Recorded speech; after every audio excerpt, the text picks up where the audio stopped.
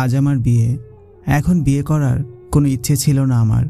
আমি ছোটবেলা থেকেই জেনে এসেছি বিয়ে মানে দায়িত্ব, কর্তব্য আর সকল পরিস্থিতিতে জীবনসঙ্গীর পাশে থাকা। তাই আপাতত ভেবে রেখেছিলাম যে অনার্স কমপ্লিট করে তবেই বিয়ের পিঁড়িতে বসব। কিন্তু চাইলেই কি আর সব চাওয়া পূর্ণ হয়? বিধিবাম হুট করেই দেখতে এসে বিয়েটা ঠিক হয়ে গেল। আমি কল্পনাও করতে পারিনি এভাবে হুট করে আমাকে বিয়ে করতে হবে, তাও কিনা চিনি না জানি না এমন একটা ছেলের সাথে। সবই কপাল। আমার পরিচয়টা দেই, আমি জেরিন আক্তার শিফা। এবার এইচএসসি পরীক্ষা দিব। আম্মু বাবার একমাত্র শয়তান থুক্কু সন্তান। বাকিটা গল্পেই জেনে যাবেন। যার সাথে আমার একটু পরে বিয়ে তার নাম আব্দুল্লাহ। তারা 2 ভাই বোন। সে জব করে, শহরে থাকে, আর দেশের বাড়িতে আমার শ্বশুর আব্বু, শাশুড়ি আম্মু আর আমার পিচ্চি ননদি থাকে। বান্ধবীদের মুখে শুনলাম ছেলে নাকি মাশাআল্লাহ সুন্দর, কিন্তু লাজুক প্রকৃতির, তবে ভীষণ মিশুক। কথা কম বলে আর 5 ওয়াক্ত সালাত যথাসময়ে আদায় করে। আম্মুর উপরে রেগে আছি আমি, থাকবই না বা কেন? কোথায় ভেবেছিলাম ধুমধাম অনুষ্ঠান করে বিয়ে করব, তার হলো কই? আমার সব আশায় পানি ঢেলে দিয়ে আমাকে কনের সাজে সজ্জিত করা হচ্ছে। বিয়েটা ঘরোয়াভাবে হলেও আমার কাজিনরা মিলে আমার জন্য বিয়ের অর্নামেন্ট সব কিনে এনেছে। আমাকে একটা লাল টুকটুকে ভারী লেহেঙ্গা পরানো হলো, মুখে হালকা প্রসাধনী, চোখে টানা টানা করে কাজল দেওয়া, কানে দুল, গলায় মালা, নাকে নথ, কপালে টিকলি, মাথার একপাশে টায়রা, 2 হাত ভর্তি চুড়ি। আমার চুলগুলো খোপা করে তাতে বেলি ফুলের গাজরা দিয়ে দুপাশে 3টি করে গোলাপও লাগিয়ে দিল। সব সাজ শেষে মাথায় দোপাট্টা তুলে দিতেই আম্মু আসলো আমার কাছে। কানের পিছনে কাজল দিয়ে ছোট্ট একটা টিপ পরিয়ে দিয়ে বলল, আমার পিচ্চি জেরি সোনা আজ কত বড় হয়ে গেছে, মাশাআল্লাহ, কারো নজর যেন না লাগে। এই বলে আম্মু সবাইকে নিয়ে চলে যেতেই আমি আয়নায় নিজেকে খুঁটিয়ে খুঁটিয়ে দেখতে লাগলাম আর মনে মনে বললাম, বাহ, আসলেই তো আমাকে অনেক সুন্দর লাগছে। হাত দুটিতে চুড়ির ঝুনঝুন শব্দ হচ্ছিল। বাম হাতের অনামিকা আঙ্গুলে জলজল করছে একটা স্বর্ণের আংটি, যা একটু আগে আমার হবু শাশুড়ি আম্মু নিজ হাতে পরিয়ে দিয়েছেন। আমার সাজ সম্পন্ন হতেই আমার বান্ধবীরা বলে উঠল, কিরে, তোকে দেখে তো দুলাভাই পুরাই ফিদা হয়ে যাবে রে। কেউ কেউ তো রসিকতা করে বলেই ফেলল, দেখিস ভাইয়া যেন আবার হার্ট অ্যাটাক করে না ফেলে। একটু পর কাজী সাহেব আসলেন। দেনমোহরে কত টাকা ধার্য করব?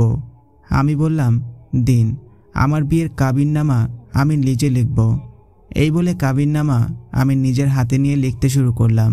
সেই মুহূর্তে আমার হবু স্বামী আব্দুল্লাহ এসে বলল, কি ব্যাপার, তুমি নিজের বিয়ের কাবিননামা নিজেই লিখবে নাকি? আমি বললাম, হ্যাঁ নিশ্চয়ই, আমার খুব ইচ্ছে ছিল আমার নিজের বিয়ের কাবিননামা আমি নিজের হাতে লিখব। তখন আশেপাশে থাকা সবাই বলতে লাগলো, তা কত টাকা রাখবে দেনমোহর হিসেবে? আমি বললাম, সেটা আমার ইচ্ছে।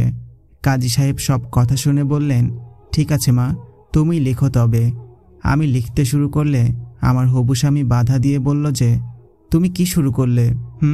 আর কত লক্ষ টাকা লিখবে দেনমোহর হিসেবে? আমি তাকে চুপ থাকতে বলি আর সবার উদ্দেশ্যে বলি যে আমি দেনমোহর হিসেবে যা লিখব তা কি আমাকে দেওয়া হবে? সবাই বলল, হ্যাঁ, কেন নয়, তুমি যা লিখবে নিশ্চয়ই তুমি তা পাবে। এইসব শুনে আমার হবু স্বামী বলল, দেখো, এত পরিমাণ টাকা লিখো না, যা দিবার মতো সামর্থ্য আমার নেই। আমি কাবিননামার বইয়ে দেনমোহরের জায়গায় কলম দিয়ে গটগট করে লিখে ফেললাম, আব্দুল্লাহ। আমার কাণ্ড কারখানা দেখে সবাই অবাক নয়নে আমার দিকে তাকিয়ে রইল। কেউ কিছু বলবার আগেই 3 কবুল পড়ে আমার জীবন জুড়ে গেল আব্দুল্লাহ নামক মানুষটির সাথে। কবুল বলতে দেরি করিনি। যেখানে সবাই রাজি আছে সেখানে কবুল বলতে দেরি করে কী বা হবে? বিয়ের সব রীতিনীতি শেষ হতেই আমার বিদায়ের বেলা এসে গেল। সমস্ত কান্না যেন তখন দলা পাকিয়ে আমার গলায় আটকে গেল। চোখের কুর্নিশ বেয়ে নোনা জল গড়িয়ে পড়তে লাগলো। নিজেকে সামলানো যেন আমার বিপক্ষে চলে গেল। হাউমাউ করে কাঁদলাম, আম্মু বাবাকে জড়িয়ে ধরে কাঁদলাম। অতপর সমস্ত মায়ের বাঁধন ছিন্ন করে অচেনা এক পরিবেশে নতুন একটা পরিবারের সদস্য হতে ছুটে চললাম অজানা পথের উদ্দেশ্যে। পথে কাঁদছিলাম।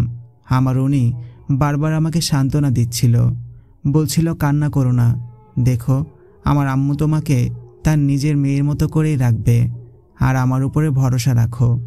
আমি তোমার ওই দু চোখে কখনো পানি জমতে দিব না ইনশাআল্লাহ। তার কথা বলার ধরন দেখে আমি মুগ্ধ চোখে তার দিকে তাকিয়ে থাকলাম।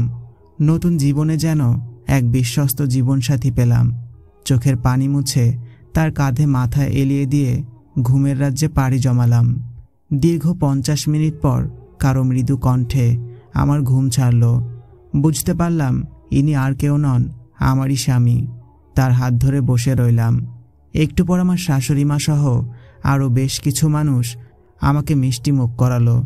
শাশুড়ি আম্মু একটা স্বর্ণের আংটি পরিয়ে আমাকে গাড়ি থেকে নামালেন। পুরো বাড়িতে রোল পড়ে গেল নতুন বউ এসে গেছে। সমস্ত নিয়মকানুন মেনে আমার ননদি আমাকে একটা রুমে রেখে যায়। এটা যে আমার স্বামী আবদুল্লাহর রুম, এতে কোনো সন্দেহ নেই। বিছানার পাশে সাইড টেবিলে ফটো ফ্রেমে তার একটা ছবি। পুরো রুম যেন ফুলের গন্ধে মৌম করছে। আমাদের বাসর ঘরটা সাজানো হয়েছে লাল গোলাপ আর রজনীগন্ধা ফুল দিয়ে।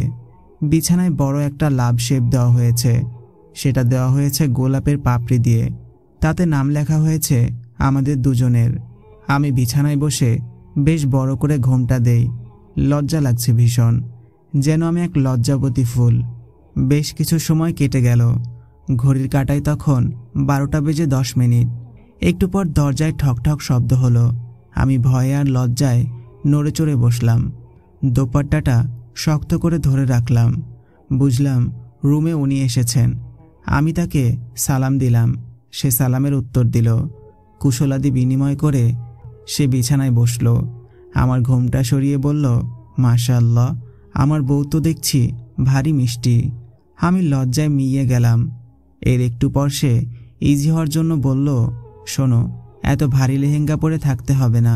তুমি চাইলে ফ্রেশ হয়ে নর্মাল শাড়ি পরতে পারো, লাগেজে তোমার শাড়ি রয়েছে। এই বলে তিনি রুম থেকে চলে গেল। আমি শাড়ি পরে অজু করে আসলাম। সে রুমে আসলে দুজনে 2 রাকাত নফল নামাজ আদায় করলাম। মোনাজাতে রবের দরবারে 2 হাত তুলে মোনাজাত করলাম, দোয়া করলাম। নামাজ শেষে সে আমাকে বুকে জড়িয়ে ধরে বলল, আচ্ছা শোনাবো, একটা কথা বলবে আমায়? বলো, কি বলতে হবে? সে বলল, তুমি দিনমোহর হিসেবে টাকা কেন লিখলে না? আমার নাম কেন লিখলে? জানতে পারি কি? শুনতে চাও? সে বলল, শুনবো, বলো তুমি। আমি বললাম, তাহলে শোনো তবে। দিনমোহর হিসেবে অনেকেই লক্ষ লক্ষ টাকা লিখে, কিন্তু সেই টাকা দেবার মতো সামর্থ্য সবার থাকে না। আর বিয়ে একটা পবিত্র বন্ধন, আর দিনমোহর দেওয়া ফরজ। এটা না দিলে স্ত্রীর নিকট যাওয়া জায়েজ নেই। তবে স্ত্রী যদি স্বামীকে মাফ করে দেয়, তবেই স্বামী এই ঋণ থেকে মাপ পাবে। আমি তোমাকে মাফ করে দিয়েছি স্বামী। আর জানো তো, এই দিনমোহরের টাকা বিয়েকে কঠিন করে ফেলে। এমনকি কিছু কিছু ক্ষেত্রে দিনমোহরের টাকা নির্ধারণ কম হবার ফলে বিয়ে ভেঙে যায়। আবার কেউ কেউ বিয়ের পর সংসার করে তৃপ্ত না হলে ডিভোর্স দিয়ে দেয়, আর সেই সাথে বউকে দেয় সেই দিনমোহরের টাকা। আর আমি বুঝি, টাকা দিয়ে সব কেনা গেলেও শান্তি জিনিসটা কেনা যায় না। একটা ডিভোর্সি মেয়ে জানে এই সমাজ তার জন্য কতটা ভয়ঙ্কর ও বিষাক্ত। আর একটা কথা, দিনমোহর কখনোই একটা বিয়ের সম্পর্ককে মজবুত করে রাখতে পারে না। পানি ছাড়া যেমন মাছ বাঁচে না, তেমনি বিশ্বাস ছাড়া একটি সম্পর্কও টিকে থাকে না। আমাদের সম্পর্কে যদি কখনো বিচ্ছেদের কথা আসে, আমি যেন দিনমোহর হিসেবে আবারও তোমাকে পেয়ে যাই। তাই দিনমোহরের জায়গায় তোমার নামটা লিখে দিয়েছি, প্রিয় স্বামী। কারণ যদিও আমার এখন বিয়ে করার মতো ইচ্ছে ছিল না, তবে আল্লাহ আমাদের তকদিরে যা রেখে দিয়েছেন আমি তা মেনে নিয়েছি। আজ আমি তোমার বউ সেজে এই বাড়িতে পা রেখেছি। তোমার বউ পরিচয় নিয়ে যেন দুনিয়া ছাড়তে পারি, এতটুকুই চাওয়া। ওপরওয়ালার কাছে এই এতটুকুই চাওয়া। আমার বলা সব কথা সে গভীর মনোযোগ সহকারে শুনল। তারপর সে আমার কপালে আলতো করে চুমু এঁকে দেয়। আমি আবেশ ও লজ্জায় তার বুকে মুখ লুকিয়ে ফেলি। কিছু সময় নীরবতা। তার কোনো সারা শব্দ না পেয়ে ভাবলাম সে হয়তো ঘুমিয়ে গিয়েছে। আমি চোখ তুলে তার দিকে তাকালাম। সে তখন গভীর নেশালো চোখে আমার দিকে তাকিয়েছিল। তার ওই চোখে কিছু একটা ছিল। আমি তার চোখের দিকে তাকিয়ে লজ্জায় লাল নীল বেগুনি হয়ে যাচ্ছিলাম। তৎক্ষণাৎ চোখ নামিয়ে নিলাম। শাড়ির আঁচল হাতের মুষ্টিতে নিয়ে একটু পরপর তার দিকে তাকাতে লাগলাম। সে আমার কাণ্ড দেখে দুষ্ট এক হাসি দিল। আমি তা দেখে আরও লজ্জা পেলাম। এরপর সে একটু একটু করে আমার অধরের সামনে এলো। আমি পেছাতে লাগলাম। হুট করে সে আমার কম্পমান অধরের সাথে তার অধর মিলিয়ে দিল। তড়িৎ গতিতে যেন আমার শরীরে অজানা অচেনা এক শিহরণ বয়ে গেল। আমি ডুবে গেলাম তার ভালোবাসার সাগরে, নিমজ্জিত হলাম তার প্রেম ধারায়। ফজরের আজান শুনে আমার ঘুম ভেঙে গেল। ঘুম থেকে উঠে ফ্রেশ হতে চলে গেলাম। গোসল শেষে একটা নীল রঙের জামদানি শাড়ি পরলাম। ভেজা চুলগুলো থেকে টপ টপ করে পানি পড়ছিল। তাকে ডাকলাম। সে মানুষ নয়, যেন কুম্ভকর্ণ। কিছুতেই যেন তার ঘুম ছাড়ছে না। হুট করে তার কপালে ভালোবাসার স্পর্শ এঁকে দিতেই সে উঠে পড়ল।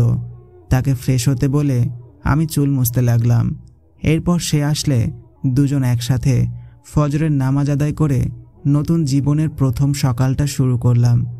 এরপর বাহিরে শাশুড়ি আম্মুর কাছে গেলাম। আমাকে দেখে মা বললেন, এই মা, তুমি এত সকালে উঠেছ কেন? আমি বললাম, আসলে মা, আমার এত বেলা করে ঘুমাতে ভালো লাগে না। ভাবলাম আপনার সাথে রান্নাবান্না করব, তাই চলে আসলাম। মা বললেন, শোনো পাগলি মেয়ের কথা, আজ বাদে কাল তো এই সংসার তোমারই হবে, তখন সংসার সামলাবে কেমন? এখন তুমি নতুন বউ, আর নতুন বউদের কাজ হলো সারাক্ষণ সাজগোজ করা। সাজগোজ না করলে আবার নতুন বউ কিসের? মায়ের কথা শুনে আমি মিটিমিটি হাসলাম। লজ্জাও পেলাম কিছুটা। মা বললেন, যাও, তুমি তোমাদের রুমে যাও। আমি বললাম, না মা, আমি এখন আর রুমে যাব না, আমি নাস্তা বানাবো। বলুন কি কি করতে হবে, আমি হেল্প করছি। আমার জোরাজোরিতে মা রাজি হলেন। আমাকে সব গুছিয়ে দিলেন। আমি সবার জন্য পরোটা আর ডিম ভাজি করলাম। শ্বশুর বাবার জন্য সবজিও করলাম। তারপর মা জোর করে আমাকে রুমে পাঠিয়ে দিলেন। আমি রুমে এসে দেখি আমার উনি গভীর ঘুমে মগ্ন। আমি ওনার দিকে তাকিয়ে তার মুখশ্রী দেখতে লাগলাম। দেখতে শ্যামলা, কপালে একটা কাটা দাগ, জোড়া ভুরু, মাথার চুলগুলো এলোমেলো হয়ে কপালে লেপ্টে আছে। মনে মনে ভাবছি, কে বলবে এই ঘুমন্ত মানুষটা জাগ্রত অবস্থায় ভীষণ লাজুক, আবার দুষ্টুও। এইসব ভাবতে ভাবতেই দরজায় কে যেন নক করল। বললাম, কে? অপর পাশ থেকে উত্তর এলো, আমি ভাবিমণি, ভেতরে আসি? বললাম, এসো। আমার একমাত্র ননদি এসেছে। সেই সাথে এসেছে আমার স্বামীর ভাগ্নি ও ভাতিজি। সবার সাথে গত রাতেই পরিচয় করিয়ে দিয়েছে মা। আমি সবাইকে বসতে বললাম। আমার ননদি বলল, ভাবিমণি, তুমি চুল শুকিয়ে নাও, একটু পর পার্লার থেকে লোক আসবে তোমাকে সাজাতে। আমি সম্মতি জানালে আমার ননদির কিছু কাজ আছে এই বলে পিচ্চিগুলোকে রেখে সে চলে গেল। আমি ধপ করে বিছানায় বসে পড়লাম। আমার খুব ক্লান্ত লাগছিল, তাই আমার জামাইটাকে ডেকে বললাম, ওগো শুনছ, আমার চুলগুলো একটু আঁচড়ে দাও তো। সে উঠে বসলো আর চুল আঁচড়ে দিতে দিতে আমার শ্যাম্পু করা চুলগুলোর ঘ্রাণ নিতে লাগলো। আমি পিচ্চিগুলোর সাথে গল্প করছিলাম। হঠাৎ সে দুষ্টুমি করে বলল, ও বউ, তোমার শ্যাম্পু করা চুলের ঘ্রাণে তো আমার পেট ভরে গেল। তার কথা শুনে আমি মিটিমিটি করে হাসলাম। একটু পর আমরা সকালের নাস্তা খেতে গেলাম। একসাথে সবাই বসে আছি। তখন আমার স্বামী বলল যে তার খাবারটা যেন রুমে নিয়ে যায়, পরে খাবে। তখন শাশুড়ি আম্মু বলল, এখানে খেতে সমস্যা কোথায়? তখন পাশ থেকে পিচ্চি ভাগ্নি বলে উঠল, নানুমণি, মামার তো পেট ভরা, মামির চুলের ঘ্রাণে মামার নাকি পেট ভরে গেছে। পিচ্চিটার কথা শুনে আমি বিষম খেলাম। তাকিয়ে দেখি শাশুড়িমা মুখ টিপে হাসছেন। আমি চটজলদি করে এক গ্লাস পানি খেয়ে লজ্জায় ওনার পিছু পিছু আমাদের রুমে চলে গেলাম। বিছানায় বসে আছি তখন পিচ্চি ভাগ্নিটা এসে বলল, একটু পর নাকি পার্লার থেকে লোক আসবে তোমাদের সাজাতে, তুমি রেডি তো মামি? আমি বললাম, একদম রেডি। একটু পরেই পার্লার থেকে 3টা আপু আসলো আমাকে সাজাতে। একজন আমার 2 হাতে মেহেদি পরাতে লাগলো। গতকাল হুট করে বিয়ে হওয়ার ফলে হাতে মেহেদি দেওয়ার সময় পাইনি, তাই আজ দেওয়া হচ্ছে, এই আর কি। আরেকটা আপু আমাকে সাজাতে লাগলো, অন্যজন চুল বেঁধে দিচ্ছিল। আজকে আমাকে গোল্ডেন পাড়ের একটা হালকা পিঙ্ক রঙের কাতান শাড়ি পরানো হলো। শাড়ির সাথে ম্যাচ করে অর্নামেন্টস পরানো হলো। নাকে জলজল করছিল হীরার নোসপিন। 2 হাত ভর্তি পিঙ্ক আর গোল্ডেন মিক্সড করে চুড়ি পরানো হলো। চুলগুলো ফ্রান্স করে সামনে এনে কানের একপাশে 3টি করে গোলাপ দিয়ে দিল। আমার মুখে হালকা মেকআপ করে, চোখে টানা করে কাজল দিয়ে, ঠোঁটে হালকা পিঙ্ক লিপস্টিক দেওয়া হলো। ব্যাস, ঘন্টা 2 মধ্যে আমার সাজ কমপ্লিট হলো। এমনিতেও আমি দেখতে মাশাল্লাহ অনেক সুন্দর। বউয়ের সাজে যেন আমার সৌন্দর্য বহু গুণ বেড়ে গেল। একটু পর আমার শাশুড়ি আম্মু ডেকে পাঠালেন। আমি গেলাম। গিয়ে দেখি শাশুড়ি আম্মুর পাশে আরও অনেকেই বসে আছে। আমি তাদের কাউকেই তেমন চিনি না। আমি সবাইকে সালাম দিলাম। আমার শাশুড়ি আম্মু সবার সাথে আমার পরিচয় করিয়ে দিলেন। আমি সবার সাথে হাসি মুখে কুশলাদি বিনিময় করলাম। আমি 2টি চোখ তখন নির্দিষ্ট একজন মানুষকে খুঁজে চলছিল। না জানি সে এখন কোন মঙ্গল গ্রহে আছে। বৌভাতের অনুষ্ঠান শুরু হতে আমার বাবার বাড়ির নিকটাত্মীয়রা সবাই চলে আসলো। আমি সবার সাথে সময় কাটালাম। সবাই আমার জন্য গিফট এনেছে, গিফট নিলাম। সবাই আমার জন্য দোয়া করলো। ভেবেছিলাম একসাথে খেতে বসবো, তার হলো কই। হুট করে আব্দুল্লাহ এসে টান দিয়ে আমাকে নিয়ে একটা ফাঁকা খাবার টেবিলে বসে পড়ল। এতক্ষণে তার দিকে আমার নজর পড়ল। সেও আমার মতো হালকা পিঙ্ক রঙের পাঞ্জাবি পরেছে, যার বুকের বাম পাশটাতে সোনালি সুতা দিয়ে কাজ করা। দেখতে মাশাআল্লাহ খুবই সুন্দর লাগছে। আমি আর চোখে তাকে দেখছিলাম। সে হঠাৎ বলে উঠল, ও বউ, কি দেখো গো? এভাবে তাকালে তো নজর লাগবে। রাতে এক রুমে থাকবো, তখন না হয় মন ভরে দেখো। আর তোমার জন্য একটা গিফট আছে। এই বলে সে খাওয়া শুরু করলো। বললাম, সত্যি? কি গিফট? বলো বলো। সে বলল, চুপচাপ খাও, রাতে দিব। রাতে যখন দিব তখন দেখো। আমিও তার ধমকে ভয় পেয়ে চুপচাপ খেতে বসলাম। যত যাই হোক, নিজের বৌভাত বলে কথা। একটু পর একটা খাবার টেবিলে শোরগোল শুরু হলো। একটা পিচ্চি ছেলে চিৎকার করে কাঁদছে আর বলছে, আমাকে পোলাও দিল কেন? আমি বৌভাত খাবো। পিচ্চিটা এক কথা বারবার রিপিট করছে আর কান্না করছে। কিছুতেই তার কান্না থামানো যাচ্ছে না। তার আম্মু আব্বু তাকে নানা কৌশলে বোঝাতে লাগে, দেখো বাবা, বৌভাত মানেই পোলাও, চিকেন, রোস্ট, বোরহানি, এই সব কিছুই। তুমি এগুলো খাও। কিন্তু কিছুতেই বাচ্চাটা বোঝ নিল না। অগত্যা তার আম্মু আব্বু তাকে নিয়ে চলে গেল। এসব দেখতে দেখতে আমার আর আব্দুল্লাহর খাওয়া প্রায় শেষ। খাওয়া শেষে আমরা আমাদের রুমে চলে আসি। আমার শাশুড়ি আম্মু বলে গেলেন আমি যেন আমার জামা কাপড় গুছিয়ে নেই। নিয়ম অনুসারে আমাকে আজ বাবার বাড়িতে যেতে হবে। আমি আমার জন্য শাড়ি, 3 পিস, ওনার জন্য টি-শার্ট, আরও কিছু প্রয়োজনীয় জিনিস নিয়ে ব্যাগ গুছিয়ে নিলাম। বিকালের দিকে আমরা রওনা হলাম। আমার সাথে আমার পিচ্চি ননদি, ওকেও নিয়ে এলাম। ও 2 দিনেই আমার মন জয় করে নিয়েছে। ওর সঙ্গ পেয়ে ভুলে গিয়েছিলাম আমার নিজের কোনো ভাই বোন নেই। ও যেন আমার ছোট বোন। বাবার বাড়ি পৌঁছে আম্মুকে জড়িয়ে ধরলাম। যেন কতকাল পর দেখা। মা মেয়ে দুজনে কথা বলতে ভুলে গেলাম। আম্মু আব্দুল্লার সাথে কথা বলতে লাগলো। আমার শাশুড়ি আম্মু, শ্বশুর আব্বু, ওনারা কেমন আছে এইসব বিষয় নিয়ে আমি সেই ফাঁকে আমার রুমে চলে আসলাম। এসে ফ্রেশ হয়ে নিলাম। আমি ফ্রেশ হওয়া মাত্র আমার সব কাজিনরা হুড়হুড় করে আমার রুমে প্রবেশ করে আর আমাকে ঘিরে ধরে। সবাই বলে, চলো আমরা সবাই মিলে গল্প করব, গানের কলি খেলব। সবাই আমাকে টানতে টানতে মেঝেতে নিয়ে গেল। এরপর সবাই গোল হয়ে বসলো। একটু পর আমার কিউট জামাইটাও আমাদের সাথে এসে যোগ দিল। সবাই বলল, আজকে ভাইয়া আমাদেরকে গান শোনাবে। নিন ভাইয়া, শুরু করুন। আমার উনি একবার আমার দিকে তাকিয়ে বলতে লাগলো, গান বলবো, তবে একটা শর্ত আছে। সবাই বলল, কি শর্ত? সে বলল, তোমাদের আপুকেও আমার সাথে গান গাইতে হবে। এ কথা শুনে আমি আকাশ থেকে মাটিতে পড়লাম। নিজেকে সংযত করে বললাম, আমি ডুয়েট গান পারি না। কিন্তু কেউ আমার কথা পাত্তা দিল না। তাই তার গানের সাথে আমিও শুরু করলাম। গানটা শেষ হতেই সবাই করতালি আর আনন্দ উচ্ছ্বাসে মেতে উঠল। রাতের খাবার খেতে খেতে আলাপ গল্প করলাম। এরপর যে যার মতো ঘুমাতে চলে গেলাম। আমি আর সে শুয়ে আছি, দুজনেই চুপচাপ, যেন দুজনের আখিদয় একে অন্যের সাথে কথা বলছে। হঠাৎ সে বলল, সোনা, চোখ বন্ধ করো। আমি বললাম, কেন? সে বলল, সারপ্রাইজ আছে।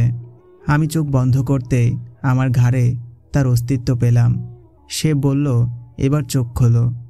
আমি চোখ খুলে দেখি সে আমার গলাতে একটা মালা পরিয়ে দিয়েছে, মাঝ বরাবর একটা লকেট। সে বলল, আমার সোনা বউ, হুট করে বিয়ে হবার ফলে বাসরাতে তোমাকে কিছু দিতে পারিনি, এজন্য আজকে দিলাম। এ বলে সে আমার কপালে গাঢ় করে চুমু দিলে আমি বেশ আবেশে তার বুকে মুখ লুকিয়ে ফেলি। সকালের মিষ্টি আলোতে আমার ঘুম ভাঙল। নিজেকে তার বাহুদরে আবদ্ধ দেখতে পেলাম। একরাশ লজ্জা আর শিহরণ বয়ে গেল আমার সর্বাঙ্গে। তাকে ডাকতে চেয়েও কেন যেন ডাকতে পারলাম না। খুব সতর্কতার সহিত নিজেকে তার কাছ থেকে ছাড়িয়ে নিলাম। তার মুখপানে অপলক দৃষ্টিতে তাকিয়ে তাকে পর্যবেক্ষণ করতে লাগলাম। না, দেখতে শ্যামবর্ণের হলেও চেহারা একটা মায়া আছে। মনে মনে বলছি, বাহ, আমার জামাইটা তো দেখতে ভারী কিউট, মাশাআল্লাহ। ঠোঁট দুটির স্বাদ নিতে যেন আমি মরিয়া হয়ে উঠলাম। ধীরে ধীরে তার ঠোঁটে আলতো করে চুমু খেলাম। এরপর বাহিরে যাওয়ার জন্য পা বাড়াতেই হাতে টান লাগলো। আমি গিয়ে তার উন্মুক্ত বুকে পড়লাম। সে তখন মিটমিট করে হাসছে। আমি নিচের দিকে তাকিয়ে আছি। সে বলতে লাগলো, কি গো সোনা বউ, চুরি করে চুমু খাচ্ছ কেন? প্রকাশ্যে খেলেই তো হয়, মিষ্টির স্বাদ একা একা নিচ্ছ, এটা তো ঠিক না, বলে ঠোঁট কামড়ে দুষ্টুমির হাসি দিল সে। আমার তো এমন মনে হচ্ছিল যেন মাটি দুদিকে ফাঁক হবে, আমি তার মধ্যে ঢুকে যাব। ছি, এই ঠোঁটকাটা ছেলের মুখে দেখি কিছু আটকায় না। একটু পর আমার কাজিনরা সবাই এসে আমাকে ডাকতে লাগলো। বলল, আপু, খেতে আসো, তোমার আম্মু ডাকে। আমি বললাম, যাচ্ছি, তোরা যা। এই বলে ওনাকে জোর করে টেনে তুললাম। ফ্রেশ হয়ে খেতে গেলাম। খাওয়া শেষে আমার সব কাজিনরা মিলে বায়না করল তারা গ্রামে ঘুরতে বের হবে। আমি ভ্রমণবিলাসী হওয়া সত্ত্বেও বেশি হাঁটতে পারি না, পা ব্যথা করে, তাই রাজি হচ্ছিলাম না। তবুও ওদের জোরাজুরিতে ওদের ভাইয়া শেষমেশ রাজি হলো। আমায় বলল, তৈরি হয়ে নাও, সবাই মিলেই ঘুরতে যাব, দেখবে ভালো লাগবে। তার কথা শুনে আমি তৈরি হতে গেলাম। হাত ভর্তি করে কাচের চুড়ি পরলাম, চোখে কাজল দিলাম, আর চুলগুলো হাত খোপা করে নিলাম। পরনের শাড়িটা পাল্টে একটা লাল পাড়ের কালো শাড়ি পরলাম। আমার দেখা দেখি আমার উনিও কালো পাঞ্জাবি আর জিন্স পরে তৈরি হলো। গ্রামের মেঠো পথে হাঁটতে লাগলাম। সামনে দল বেঁধে ঘুরছে আমার সব কাজিনরা, আর পেছনে হাঁটছি আমি আর আমার উনি। হাত ধরে হাঁটতে হাঁটতে বহু দূরে চলে এলাম। গ্রামের আঁকাবাঁকা রাস্তা দুধারে হলুদ সরিষা ক্ষেত, যেন হলুদের বন্যা। দু চোখের দৃষ্টি যত দূর অবধি যাচ্ছে, প্রকৃতির অপরূপ সৌন্দর্যে যেন মুগ্ধ হয়ে যাচ্ছি। মাঝে মাঝে হালকা বাতাসে সরিষা ফুল হেলে দুলে একে অন্যের সাথে মিশে যাচ্ছে। মৌমাছি প্রজাপতি ফুলে ফুলে ঘুরে ঘুরে মধু সংগ্রহ করছে। গ্রামের এই অপরূপ সৌন্দর্যের নীলা খেলা দেখতে দেখতে মন জুড়ে এক প্রশান্তির হাওয়া বইছিল। হঠাৎ আব্দুল্লাহ বলে উঠল, এই চলো, এই সুন্দর মুহূর্তটাকে ক্যামেরাবন্দি করা যাক। সে পার্সোনাল ফটোগ্রাফার হয়ে গেল। তার ফোন দিয়ে আমাদের সবার পিক তুলে দিল। এরপর তার ফোনটা আমার চাচাতো বোনের কাছে দিয়ে বলল, নাও, আমাদের একটু পিক তুলে দাও। এরপর আমরা কিছু কাপল পিক তুলে নিলাম। এরপর সবাই মিলে হাঁটতে লাগলাম। হঠাৎ আমার চাচাতো বোন রাস্তায় থমকে দাঁড়ালো। ওনাকে ডেকে বলল, ভাইয়া। উনি বললেন, বলুন মিস শালিকা। তো আমার বোন বলে সে নাকি ফুচকা খাবে, আর সেটাও এখনই। ওদের ভাইয়া বলে, এখন ফুচকা কই পাবো শুনি? বোন বলে, বড় রাস্তার মোড়ে ফুচকা চটপটির দোকান রয়েছে। তারপর আর কি, সবাই মিলে বড় রাস্তার মোড়ে চলে যায় ফুচকা খেতে। 5 প্লেট ফুচকার অর্ডার দেওয়া হয়। বেশি ঝাল দিয়ে ফুচকা খাওয়ার ফলস্বরূপ সবার চোখের পানি নাকের পানি এক হয়ে যায়। সবার এমন দশা দেখে সবাই একসাথে হাসতে লাগি। এরপর ফুচকার বিল মিটিয়ে বাড়ির উদ্দেশ্যে রওনা দেই। বাড়ি ফিরে দুপুরের খাওয়া দাওয়া করে বসে আছি। তখন আব্দুল্লাহ বলে, চলো আমরা বাসায় ফিরে যাই, আম্মু কল দিয়ে যেতে বলেছে। শুনে মনটা খুব খারাপ হয়ে যায়। কি আর করব, বিয়ে মানেই নিজের স্বাধীনতা অন্যের হাতে ন্যস্ত করা। তাই তার সাথে ফিরে চললাম শ্বশুর বাড়িতে। আসার সময় আম্মু আমার জন্য কান্না করতে লাগলো, বলতে লাগলো, একটা মাত্র মেয়ে আমার, তোকে ছাড়া পুরো বাড়িটাই অন্ধকারে নিমজ্জিত থাকে। 2 দিনের বেশি একটা দিনও থাকলি না, আমার ভালো লাগছে না। আম্মুকে বুঝিয়ে বললাম যেন না কাঁদে, আর মন খারাপ হলে যেন আমাকে দেখতে যায়। এসব বলে চলে এলাম শ্বশুর বাড়িতে। রাতে সে আর আমি শুয়ে আছি। হঠাৎ সে বলল, আচ্ছা আমার তো ছুটি শেষ, কালকে হয়তো চলে যাব, তুমি কি আমাকে মিস করবে? তার কথা শুনে মনটা আরও খারাপ হয়ে গেল। তবুও নিজেকে সংযত করে বললাম, আমি তোমায় খুব মিস করব, খুব তাড়াতাড়ি আবারও আসিও, কেমন? এসব বলতেই আমার বুকের মাঝে কেমন যেন করে উঠল। তার শার্ট খামচে ধরে হু হু করে কেঁদে উঠলাম। সে আমার মাথায় নরম হাত বুলিয়ে দিতে দিতে আমাকে বোঝাতে লাগলো। বলল, দেখো আমি এখন চাইলেও তোমাকে আমার সাথে করে নিয়ে যেতে পারবো না। এতদিন সিঙ্গেল ছিলাম, এখন তো আমার একটা বউ রয়েছে, তাকে তো উপযুক্ত পরিবেশে রাখতে হবে নাকি?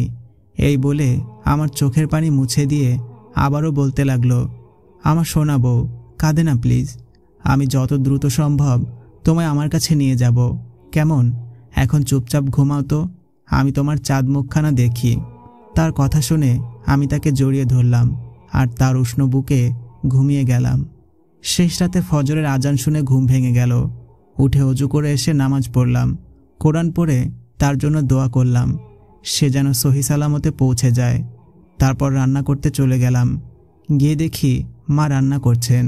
আমাকে দেখে বললেন, উঠেছ, এক কাজ করো, সবজিগুলো কেটে দাও, আমি চটজলদি রুটি বানিয়ে ফেলি। রান্নাবান্না শেষ হতেই তাকে ডাকতে রুমে আসি। সে তখনও গভীর ঘুমে মগ্ন। তাকে ডাকতে লাগি, কিন্তু তার ঘুম ভাঙে না। শেষে না পেরে তার অধরে কামড় বসিয়ে দেয়। সে আহ বলে আমার দিকে তাকায়, যেন ভূত দেখার মতো চমকে গিয়েছে। একটু ঘুম হালকা হতে সে আমাকে বুকে জড়িয়ে নেয় আর বলতে লাগে, এত দুষ্টু কেন তুমি? এভাবে কেউ ঘুম ভাঙায় নাকি? যাই হোক, ভালোই করেছ, এবার আমারটা সহ্য করো। বলেই সে ঠোঁট কামড়ে চোখ টিপ মেরে আমার দিকে এগিয়ে আসতে লাগে। অমনি আমি লজ্জায় তাকে ধাক্কা দিয়ে দৌড়ে বাহিরে চলে যায়। যাওয়ার আগে লাজুক মুখে তাকে বলে যায়, খেতে আসো, সবাই অপেক্ষা করছে। সবাই মিলে একসাথে খেতে বসি। মা বলেন যে, আব্দুল্লাহ তুই কি একা একাই চলে যাবি, জেরিনকে সাথে নিবি না নাকি? উনি বলল, না আম্মু, এখন নিয়ে যেতে পারবো না, আমি যেখানে থাকতাম সেখানে ফ্যামিলি নিয়ে থাকা পসিবল না। আগে একটা 2 রুমের বাসা নিব, সংসারের যাবতীয় টুকিটাকি জিনিস কিনব, এরপর না হয় ওকে এসে নিয়ে যাব। মা বললেন, আচ্ছা ঠিক আছে, এটাই ভালো হবে। খাওয়া দাওয়া শেষ, উনি রুমে চলে যান। আমি মায়ের সাথে গল্প করছিলাম। হঠাৎ আমার ননদি আমাকে জোর করে রুমে পাঠিয়ে দেয়। তো আমি রুমে গিয়ে দেখি উনি আমার একটা ওড়না হাতে নিয়ে বসে আছেন। আমি বললাম, কি ব্যাপার স্যার, বউয়ের ওড়না হাতে নিয়ে বসে আছো যে? সে বলল, ভাবছি ওড়নাটা আমি নিয়ে যাব, তুমি কি এতে মন খারাপ করবে? আমি মৃদু রাগী কণ্ঠে বললাম, দিব না আমার ওড়না, আমার ওড়না নিয়ে গিয়ে তোমার কি কাজ? আমার এ কথা শুনে সে গোমরা মুখে বলল, সরি, আসলে তুমি তো থাকবে না আমার সাথে, তোমায় খুব মিস করব, তাই তোমার ওড়নাটা নিয়ে যেতে চাইলাম, যেন এই ওড়নাটা কাছে নিয়ে ঘুমাতে পারি, ভাবিনি তুমি রাগ করবে। তার মুখে এমন কথা শুনে আমি মনে মনে হাসলাম। এরপর তার গলা জড়িয়ে বললাম, ওই শোনো না। সে নিশ্চুপ। আবার বললাম, ওই যান, শোনো না। সে কিছুক্ষণ নীরবতা পালন করে বলল, বলো। আমি তার গাল টেনে বললাম, এই যে আমার কিউট জামাই, মুখটা এমন পেঁচার মতো করে কেন রেখেছ শুনি? সে বিষণ্ণ মন নিয়ে বলল, কি আর হবে, আমি একা যাচ্ছি, বউ তো নয় যেন আমার হৃৎপিণ্ডটা বাড়িতে রেখে যাচ্ছি। আমার মন খুব খারাপ, তোমাকে বাসায় গিয়ে খুব মিস করব, তার জন্যই তোমার একটা ওড়না নিয়ে যেতে চাইলাম, যেন তোমার ওড়নার ঘ্রাণে আমি তোমায় অনুভব করতে পারি। আর তুমি কিনা রাগ করলে? আমি তার কথায় মৃদু হাসলাম, তাকে আলিঙ্গন করলাম। তার বুকে মুখ লুকিয়ে বললাম, ওলে আমার সোনা, আমি তো এমনি রাগ দেখিয়েছি, তুমি মন খারাপ করো না। তুমি বলো তোমার কয়টা ওড়না লাগবে, যেটা যেটা ভালো লাগবে তুমি নিয়ে নাও, আমি কিছুই বলবো না। সে আমার কথায় উৎফুল্ল চিত্তে বলল, সত্যি বলছো? আমি বললাম, জি স্যার, সত্যি বলছি। এবার একটু হাসো। হাসো না, আমার জামাইটা মুখ গোমরা করে রাখলে পুরাই প্যাঁচা প্যাঁচা লাগে, হি হি হি। সে আমার কথা শুনে হাসতে লাগলো। এরপর সে তার ব্যাগ গুছিয়ে নিল। তার প্রয়োজনীয় জামা কাপড়ের পাশে আমার একটা লাল ওড়না যত্ন করে ভাঁজ করে নিয়ে নিল। আমাকে উষ্ণ আলিঙ্গন করে বলল, আমার সোনা বউ, আমি তোমার কাছ থেকে দূরে যাচ্ছি, এজন্য ভেবো না পর হয়ে যাচ্ছে। তুমি আমার জান, বুঝেছ? জান কিন্তু সবসময় বুকের পিঞ্জরে বন্দি থাকে। এই রুমটা আমার আর তোমার, এই রুমে আমার স্মৃতি রেখে গেলাম, অনুভব করো আমায়। আর শোনো, আমি আস্তে আস্তে বললাম, বলো, শুনছি তো। সে আবার বলতে শুরু করলো, আমার অনুপস্থিতিতে তুমি নিজের যত্ন নিও, আল্লাহর ইবাদত করবে, ঠিকমতো খাওয়া দাওয়া করবে, ঘুমাবে, আম্মু আব্বু আর আমার মিষ্টি বোনটার খেয়াল রেখো, কেমন? আমি বললাম, ঠিক আছে প্রিয় স্বামী, আমি তোমার সব কথা মেনে চলবো ও তোমার আদেশ পালন করব ইনশাআল্লাহ। সে আমার কথায় খুশি হয়ে বলল, আমার লক্ষ্মী বউ, আমি বড় সৌভাগ্যবান বলেই তোমায় পেয়েছি আলহামদুলিল্লাহ। আমি বললাম, আমিও ভাগ্যবতী, এর জন্যই তো তোমার মতো একজন নেককার, যত্নশীল, দায়িত্বশীল স্বামী পেয়েছি। তুমি সাবধানে থেকো, সময় মতো খেয়ে নিও, আর হ্যাঁ, আমাকে ফ্রি টাইমে কল দিতে ভুলো না, আমি অপেক্ষা করব। সে মুচকি হেসে আমার কপালে ভালোবাসার পরশ এঁকে দিল। আমি লজ্জায় তার বুকে মিয়ে গেলাম। খানিক পর সে আমাকে বলল, থাকো সোনা বউ, এবার আমায় যেতে হবে। আমি আয়াতুল কুরসি পড়ে তার বুকে ফু দিলাম। এই বলে আব্দুল্লাহ মা বাবার কাছে দোয়া চাইতে গেল। দোয়া নিয়ে সে তার গন্তব্যের উদ্দেশ্যে রওনা হলো। এইদিকে আমি অজু করে এসে 2 রাকাত নফল নামাজ আদায় করলাম। মোনাজাতে দোয়া করলাম, হে পরম করুণাময় আল্লাহ, আপনি তো সর্বশক্তিমান, আপনি আমার স্বামীকে সহি সালামতে পৌঁছে দিন, তাকে সদা সর্বদা সুস্থ রাখুন, ভালো রাখুন, আমাকে তার জন্য কল্যাণকর বানিয়ে দিন। আমি আপনাকে সন্তুষ্ট করার উসিলায় তাকে অসম্ভব রকম ভালোবাসি। হে অন্তর্যামী, আমার ভালোবাসা কবুল করে নিন, আমিন। নামাজ শেষে রান্নাঘরে গেলাম সবার জন্য রান্না করতে। রান্নাবান্না শেষে সব গুছিয়ে রেখে রুমে চলে আসলাম। রুম জুড়ে তার স্মৃতি আমাকে খুব তাড়া দিচ্ছিল, তাকে খুব মনে পড়ছিল, আর পিকগুলো ফোন স্ক্রিনে জুম করে করে দেখতে লাগলাম। চোখ ভার হয়ে এসেছিল, এ কারণে হয়তো কখন ঘুমিয়ে গেছি সে খেয়াল আমার নেই। ঘুম ভাঙে ফোনে কলের রিংটোনে। ঘুম জড়ানো চোখে ফোন স্ক্রিনে তাকিয়ে আমি মুচকি হাসি দেই, কারণ স্ক্রিনে জলজল করছিল আমার ওনার নাম্বার। নাম্বারটি দেখে নিজের অজান্তেই ঠোঁটের কোণে এক চিলতে হাসি ফুটে উঠেছে আমার। কলটা রিসিভ করতে না করতেই কেটে গেল। ডায়াল প্যাডে নাম্বারটা তুলে কল দিতে এক মহিলা বিরক্তিকর সুরে বলতে শুরু করলো, আপনার অ্যাকাউন্টে পর্যাপ্ত পরিমাণ ব্যালেন্স নেই, অনুগ্রহ করে রিচার্জ করুন। মনে পড়ল, ওহ না, আমি তো বিয়ের আগে টাকা লোড দিয়েছিলাম, সিমে হয়তো ব্যালেন্স শেষ। ধুর, মনটা আমার আবার খারাপ হয়ে গেল। মন খারাপ করে বসে আছি, তখনই আমার ননদি দরজায় নক করলো। ভাবি আসবো? বললাম, আসো। সে বলল, ভাইয়া কল দিয়েছে, এই নাও কথা বলো। এই বলে সে ফোন রেখে চলে গেল।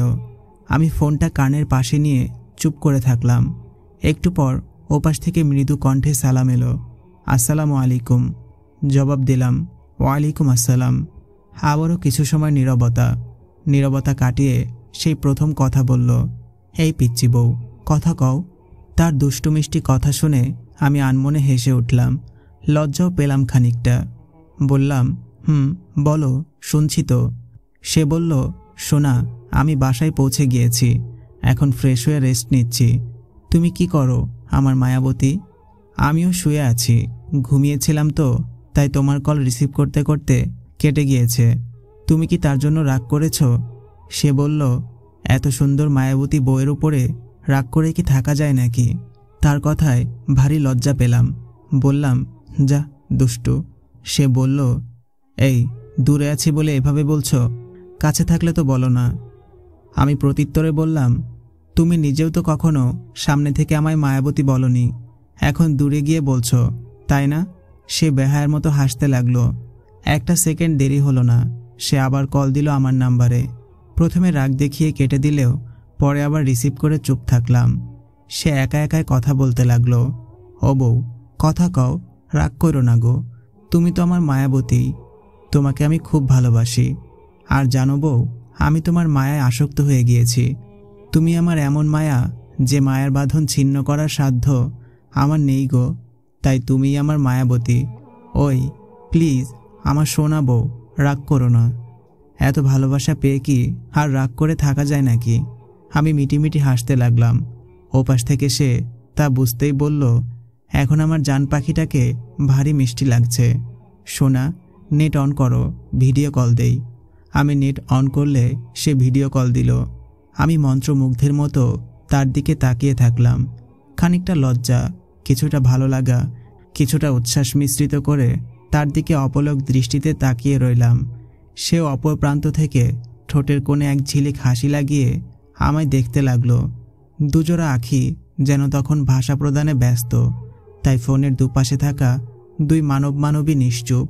তাকে দেখতে দেখতে কেমন একটা ঘোরের মধ্যে চলে গেলাম। হুট করে কলটা কেটে গেল।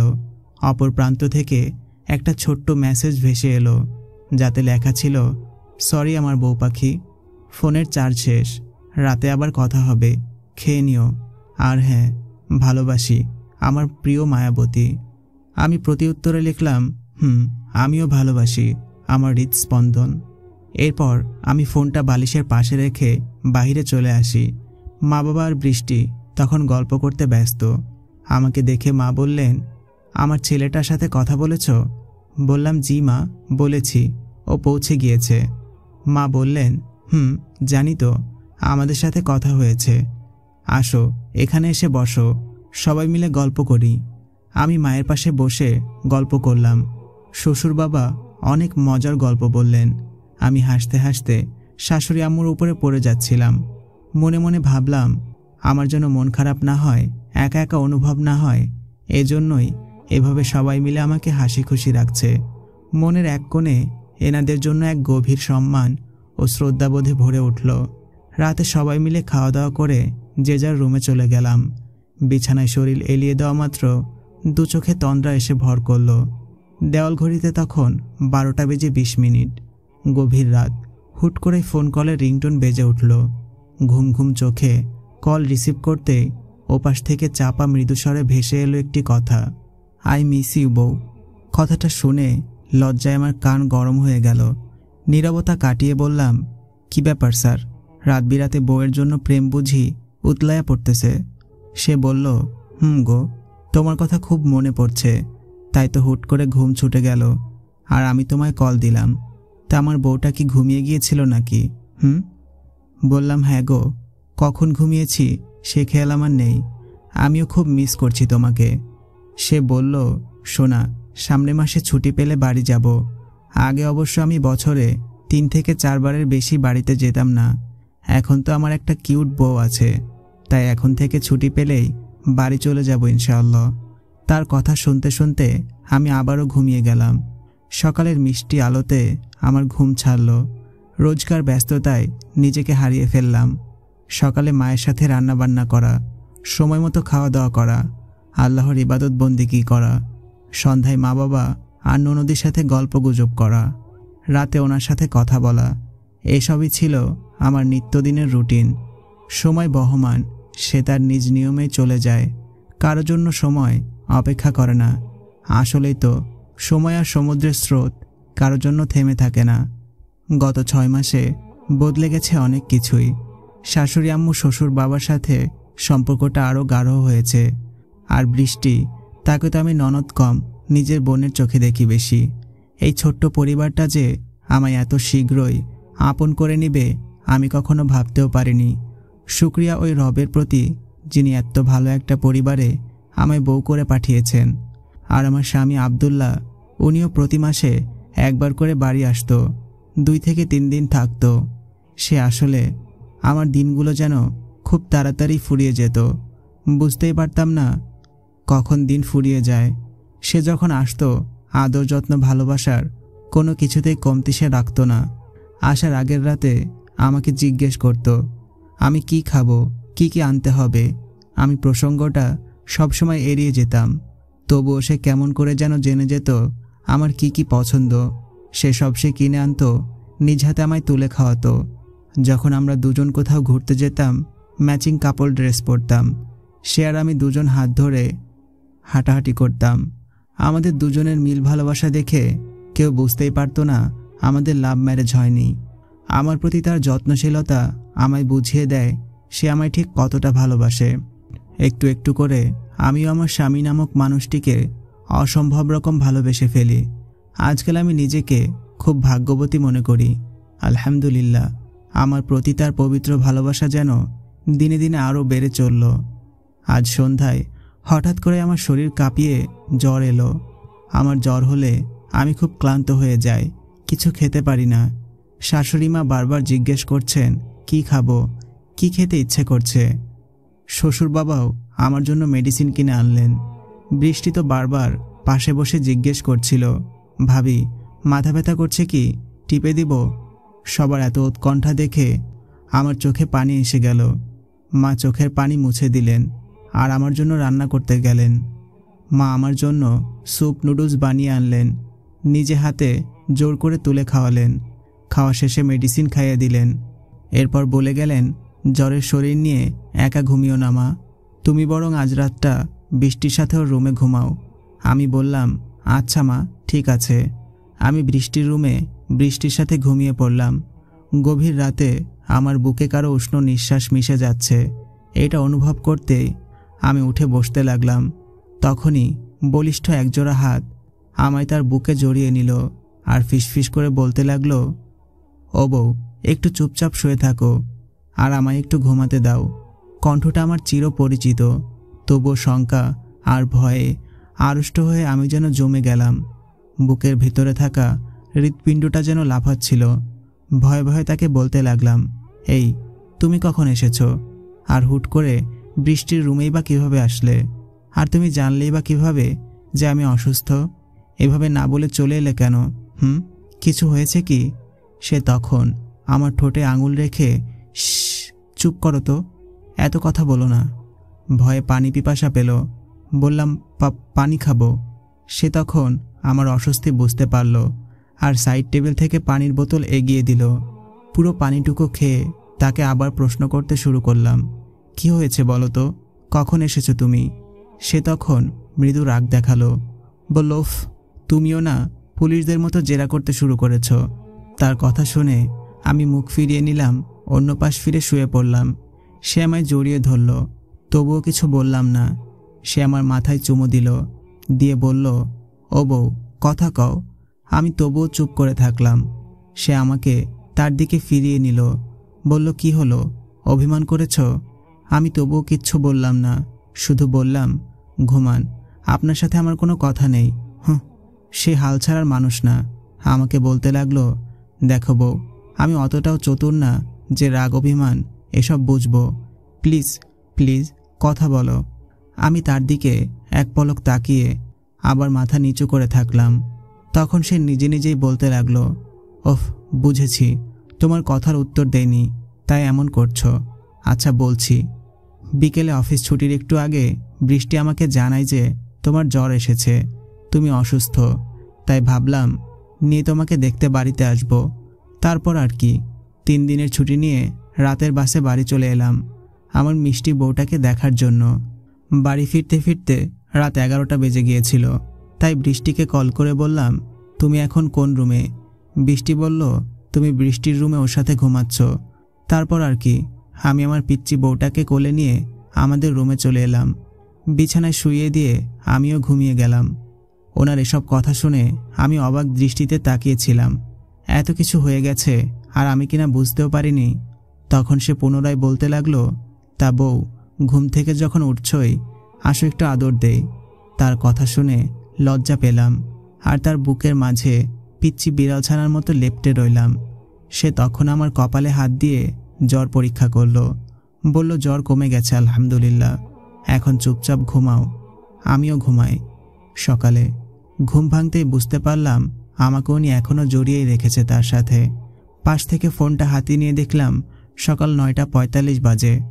ভয়ে ঢোক গিললাম। হায় আল্লাহ, এত বেলা হয়ে গেছে, কেউ আমায় ডাকলো না। মা নিশ্চয় একা একা রান্না করেছেন, আমার উপরে হয়তো রাগ করেছেন। এইসব ভাবতেই ভর ও আড়ষ্টতায় আমি মিয়ে গেলাম। আবদুল্লাহকে ডাকতে লাগলাম, হই উঠো, দেখো প্রায় 10টা বাজে, আর কত ঘুমাবা, উঠো বলছি। সে উঠে বসল আর খানিকটা রাগ দেখিয়ে বলল, ইস, দিলে তো ঘুমটা নষ্ট করে। যাও, তুমি খেতে যাও, আমায় ডাকছো কেন? আমি ভয় পেয়ে গেলাম, তবুও বললাম, চলো না খেতে যাই, আমার খুব ক্ষুধা লেগেছে। কালকে সারাদিন জ্বরের জন্য খেতে পারিনি ঠিক মতো। তখন সে একটু নরম হলো আর বলল, ঠিক আছে চলো। এরপর ফ্রেশ হয়ে দুজনেই খেতে চলে গেলাম। আমি গিয়ে মায়ের পাশে বসে নিচের দিকে তাকিয়েছিলাম। তখন মা বলল, কি হয়েছে, এভাবে ভয় পেয়ে আছো যে?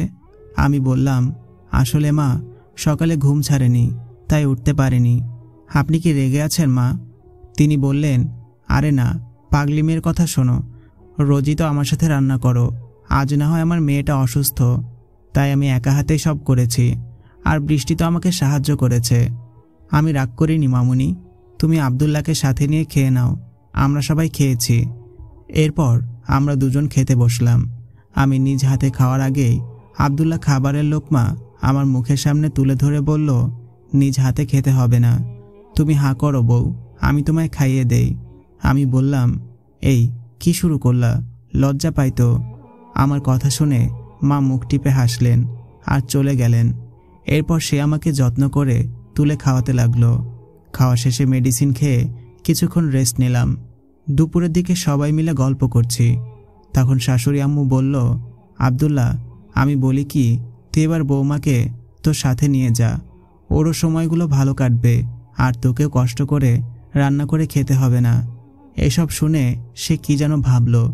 এরপর তার এক বন্ধুকে কল দিয়ে বলল, একটা বাসা দেখতে, যেন নিরিবিলি হয় আর পরিবেশ ভালো হয়। তখন তার বন্ধু বলল যে, আরে তুই এত চিন্তা করিস না, আমি যে বাসায় থাকি সেখানে দোতলায় 2য় ফ্লোরের ভাড়াটিয়ারা আজকে রুম ছেড়ে দিবে। আমি তাহলে বাড়িওয়ালার সাথে কথা বলে রুমটা তোদের জন্য নিয়ে রাখি, তুই কালই ভাবিকে নিয়ে চলে আয়, আমরা সব গুছিয়ে রাখব। আবদুল্লাহ বলল, ঠিক আছে তবে। এরপর সে আমার আম্মু বাবাকে কল দিয়ে কুশলাদি বিনিময় শেষ করে তাদেরকে বলল, আজ যেন ওনারা আমাদের বাসায় আসেন, আগামীকাল আমাকে সে নিয়ে যাবে এ কথাও বলল। সন্ধ্যায় আম্মু বাবা আসলো। অনেক দিন পর তাদেরকে দেখে আমি আবেগে আপ্লুত হয়ে পড়লাম। রাতে খাওয়া দাওয়া শেষে সবাই মিলে গল্প করলাম। রাত 9টায় আমাদের রুমে চলে গেলাম। জামা কাপড় গুছিয়ে নিলাম, আরও প্রয়োজনীয় সব জিনিস, আমার প্রসাধনী সব গুছিয়ে নিলাম। নতুন ভোরে নতুন ঠিকানায় যেতে হবে, এসব ভাবতে ভাবতেই ঘুমিয়ে গেলাম। সকালে তোড়জোড় শুরু হয়ে গেল। 2 মাকে জড়িয়ে ধরে কেঁদে ফেললাম আমি। তারা সবাই আমার জন্য দোয়া করল। বাসায় গিয়ে রান্না করে খাওয়ার জন্য বাবা বাজার করে দিলেন। সব গুছিয়ে রওনা হলাম তার সাথে নতুন ঠিকানার উদ্দেশ্যে। শহরে পৌঁছাতে পৌঁছাতে বেলা 12টা বেজে গেল। রাস্তায় ওনার বন্ধুর সাথে দেখা হলে তিনি আমাদের জন্য ভাড়া নেওয়া বাসাতে নিয়ে গেলেন। ভাইয়াটার নাম রাকিব। তিনিও তার ওয়াইফ আর একটা ছোট্ট ছেলেবাবুকে নিয়ে নিচতলায় থাকেন। আমাদের রুম দোতলায়, 2টা বেডরুম, একটা বেডরুমের সাথে অ্যাটাচ করা ওয়াশরুম, মাঝারি একটা ড্রয়িং রুম, তার পাশেই একটা ছোট্ট কিচেন, রুম আর রুমের সাথে লাগোয়া একটা বেলকনি। একটা ছোট্ট পরিবার নিয়ে থাকার মতো মানসম্মত বাসা। বাসার নিচেই রয়েছে প্রয়োজনীয় সবজির দোকান আর একটা বিশাল রাস্তা। প্রায় দুপুর হয়ে এসেছিল, তাই আমরা বাড়ি থেকে নিয়ে আসা খাবারগুলোই গরম করে খেয়ে নিলাম। রাকিব ভাইয়া বলে গেলেন যে কোনো প্রয়োজনে যেন ওনাদের বাসায় যায়, কোনো সংকোচ না করি। আমি আচ্ছা বললাম। এরপর ভাইয়াটা চলে গেল। আমি আর আবদুল্লাহ রেস্ট করার জন্য ঘুমিয়ে পড়লাম। বিকেলে সংসারের টুকিটাকি জিনিস কিনতে যাব এই ভেবে ঘুম ভাঙে বিকাল 4টায়। ফ্রেশ হয়ে রেডি হলাম দুজনে। তারপর বের হলাম সংসারের টুকিটাকি জিনিস কেনার উদ্দেশ্যে। মনে মনে আমি ভীষণ খুশি, কেননা প্রতিটা মেয়েরই স্বপ্ন থাকে নিজের একটা আলাদা সংসার হবে, নিজস্ব একটা রান্নাঘর হবে, যেখানে সে নিজ পছন্দ মতন যখন যা খুশি তা রান্না করতে পারবে। ছোট্ট টোনাটুনি পাখি যেমনি করে আলাদা ঘর বাঁধে, তেমনি করে ছোট্ট একটা ঘর তারও হবে। তার স্বামী আর সে মিলে গড়বে এক ছোট্ট সুখের নীড়। কেনাকাটা শেষে বাসায় ফিরে খুব ক্লান্ত হয়ে গেলাম। রাতে অবশ্য রান্না করতে হবে না। আব্দুল্লাহ আমার পছন্দের বিরিয়ানি কিনেছে রাতে খাওয়ার জন্য। রাতে খাওয়া দাওয়া শেষে দুজনে ঘুমিয়ে পড়লাম। সকালে শুরু হলো আমার জীবনে নতুন এক অধ্যায়। ব্যস্ততা ঘিরে নিল আমাকে। রোজ সকালে ঘুম থেকে উঠে নামাজ আদায় করা, অতঃপর সকালের নাস্তা তৈরি করা, তার সাথে নাস্তা করা। দুপুরে সে অফিস ক্যান্টিনে খেত আগে, এখন আমি রোজ তার জন্য দুপুরের খাবার রান্না করে দেই। সে আমার হাতের রান্না খুব পছন্দ করে, এমনকি সে রোজ লাঞ্চ টাইমে কল দেয়, আমি খেয়েছি কিনা এসব জিজ্ঞেস করে, তারপর সে নিজে খায়। সে যখন বাসায় থাকে না, আমি পাশের রুমের ভাবির সাথে গল্প করি আর রুম সাজিয়ে রাখি, রাতের রান্নার জন্য সব গুছিয়ে রাখি। সন্ধ্যা 7টায় তার অফিস ছুটি হয়। বাসায় ফেরার সময়ে আমার জন্য বেলি ফুলের গাজরা নিয়ে আসে, গোলাপ রেশমি চুড়ি নিয়ে আসে। কখনো বা আমি অভিমান করলে আমার পছন্দের ফুচকা, ঝালমুড়ি এসব নিয়ে এসে আমার অভিমান শেষ করে দেয়। মানুষটার উপরে বেশিক্ষণ অভিমান করে থাকতেই পারি না। সে খুব যত্নশীল। কোথায় যেন পড়েছিলাম, সেই নারী অনেক বেশি ভাগ্যবান যার শখের পুরুষ তার প্রতি যত্নবান। সে আমায় খুব যত্ন করে, এমনকি রোজ রাতে চুলটাও সে নিজ হাতে বিনুনি করে দেয়। কখনো বা আমায় সাজিয়ে দেয় নিজ হাতে, মাঝে মাঝে আমাকে শাড়ি পরিয়ে দেয়। যতক্ষণ পর্যন্ত আমি না ঘুমাবো সেও ঘুমায় না। এমন অনেক রাতও কাটে যখন সে আর আমি দুজন গল্প করে কাটিয়ে দেই বা চন্দ্রবিলাস করি। আমি চাঁদ দেখি আর সে আমাকে দেখে। বন্ধের দিনগুলোতে সে আমার পছন্দের খাবার ভুনা খিচুড়ি রান্না করে, আমাকে নিজ হাতে তুলে খাওয়ায়। মাঝে মাঝে আমরা ঘুরতে যাই, তেমন কোনো বিশেষ জায়গায় না, তবে লেকের পাড়ে, শিশু পার্কে, এসব জায়গায় আমরা ঘুরতে যাই। এক মুঠো বাদাম আর এক প্লেট ফুচকার মাঝেও কতটা যে ভালোবাসা আছে তা যেন যে কোনো রেস্তোরাঁর খাবারকে হার মানাতে বাধ্য। প্রতি মাসের বিশেষ দিনগুলোতে আমাকে সে সম্পূর্ণ রেস্টে রাখে। নিজের কাজ সে নিজেই করে। আবার অফিস শেষে বাসায় ফেরার সময়ে আমাকে জিজ্ঞেস করে আমার কি খেতে ইচ্ছে করছে। রাতে বুকে জড়িয়ে নিয়ে ঘুমিয়ে পড়ে। হ্যাঁ, এই মানুষটাই সে, যে কিনা আমার আম্মু বাবার পরে সে আমার বড্ড আপন। আমার ভালোবাসা, আমার সুখ, আমার শান্তি, আমার জীবন সঙ্গী। আমি আসক্ত তার প্রতি। দেখতে দেখতে চোখের পলকে সময় পেরিয়ে যায়। দিন ফুরায়, রাত ফুরায়, সপ্তাহ কাটে। এভাবে একটা সময় ক্যালেন্ডারের পাতা উল্টায়। আজ 23শে জুন। কালকের দিন পর 25শে জুন আমাদের প্রথম বিবাহবার্ষিকী। বিবাহবার্ষিকী উপলক্ষে বাসায় একটা ছোট্ট আয়োজন করা হবে। তাই গ্রাম থেকে শাশুড়ি আম্মু, শ্বশুর বাবা, আমার আব্বু আর পিচ্চি ননদি সহ তার কিছু ফ্রেন্ড আর কাজিনরা এসেছে। কয়টা ছোট্ট বাচ্চাও এসেছে। আমার আবার পিচ্চি গুলুমুলু বাবু খুব পছন্দ। তো বিবাহবার্ষিকী উপলক্ষে কিছু কেনাকাটা করব।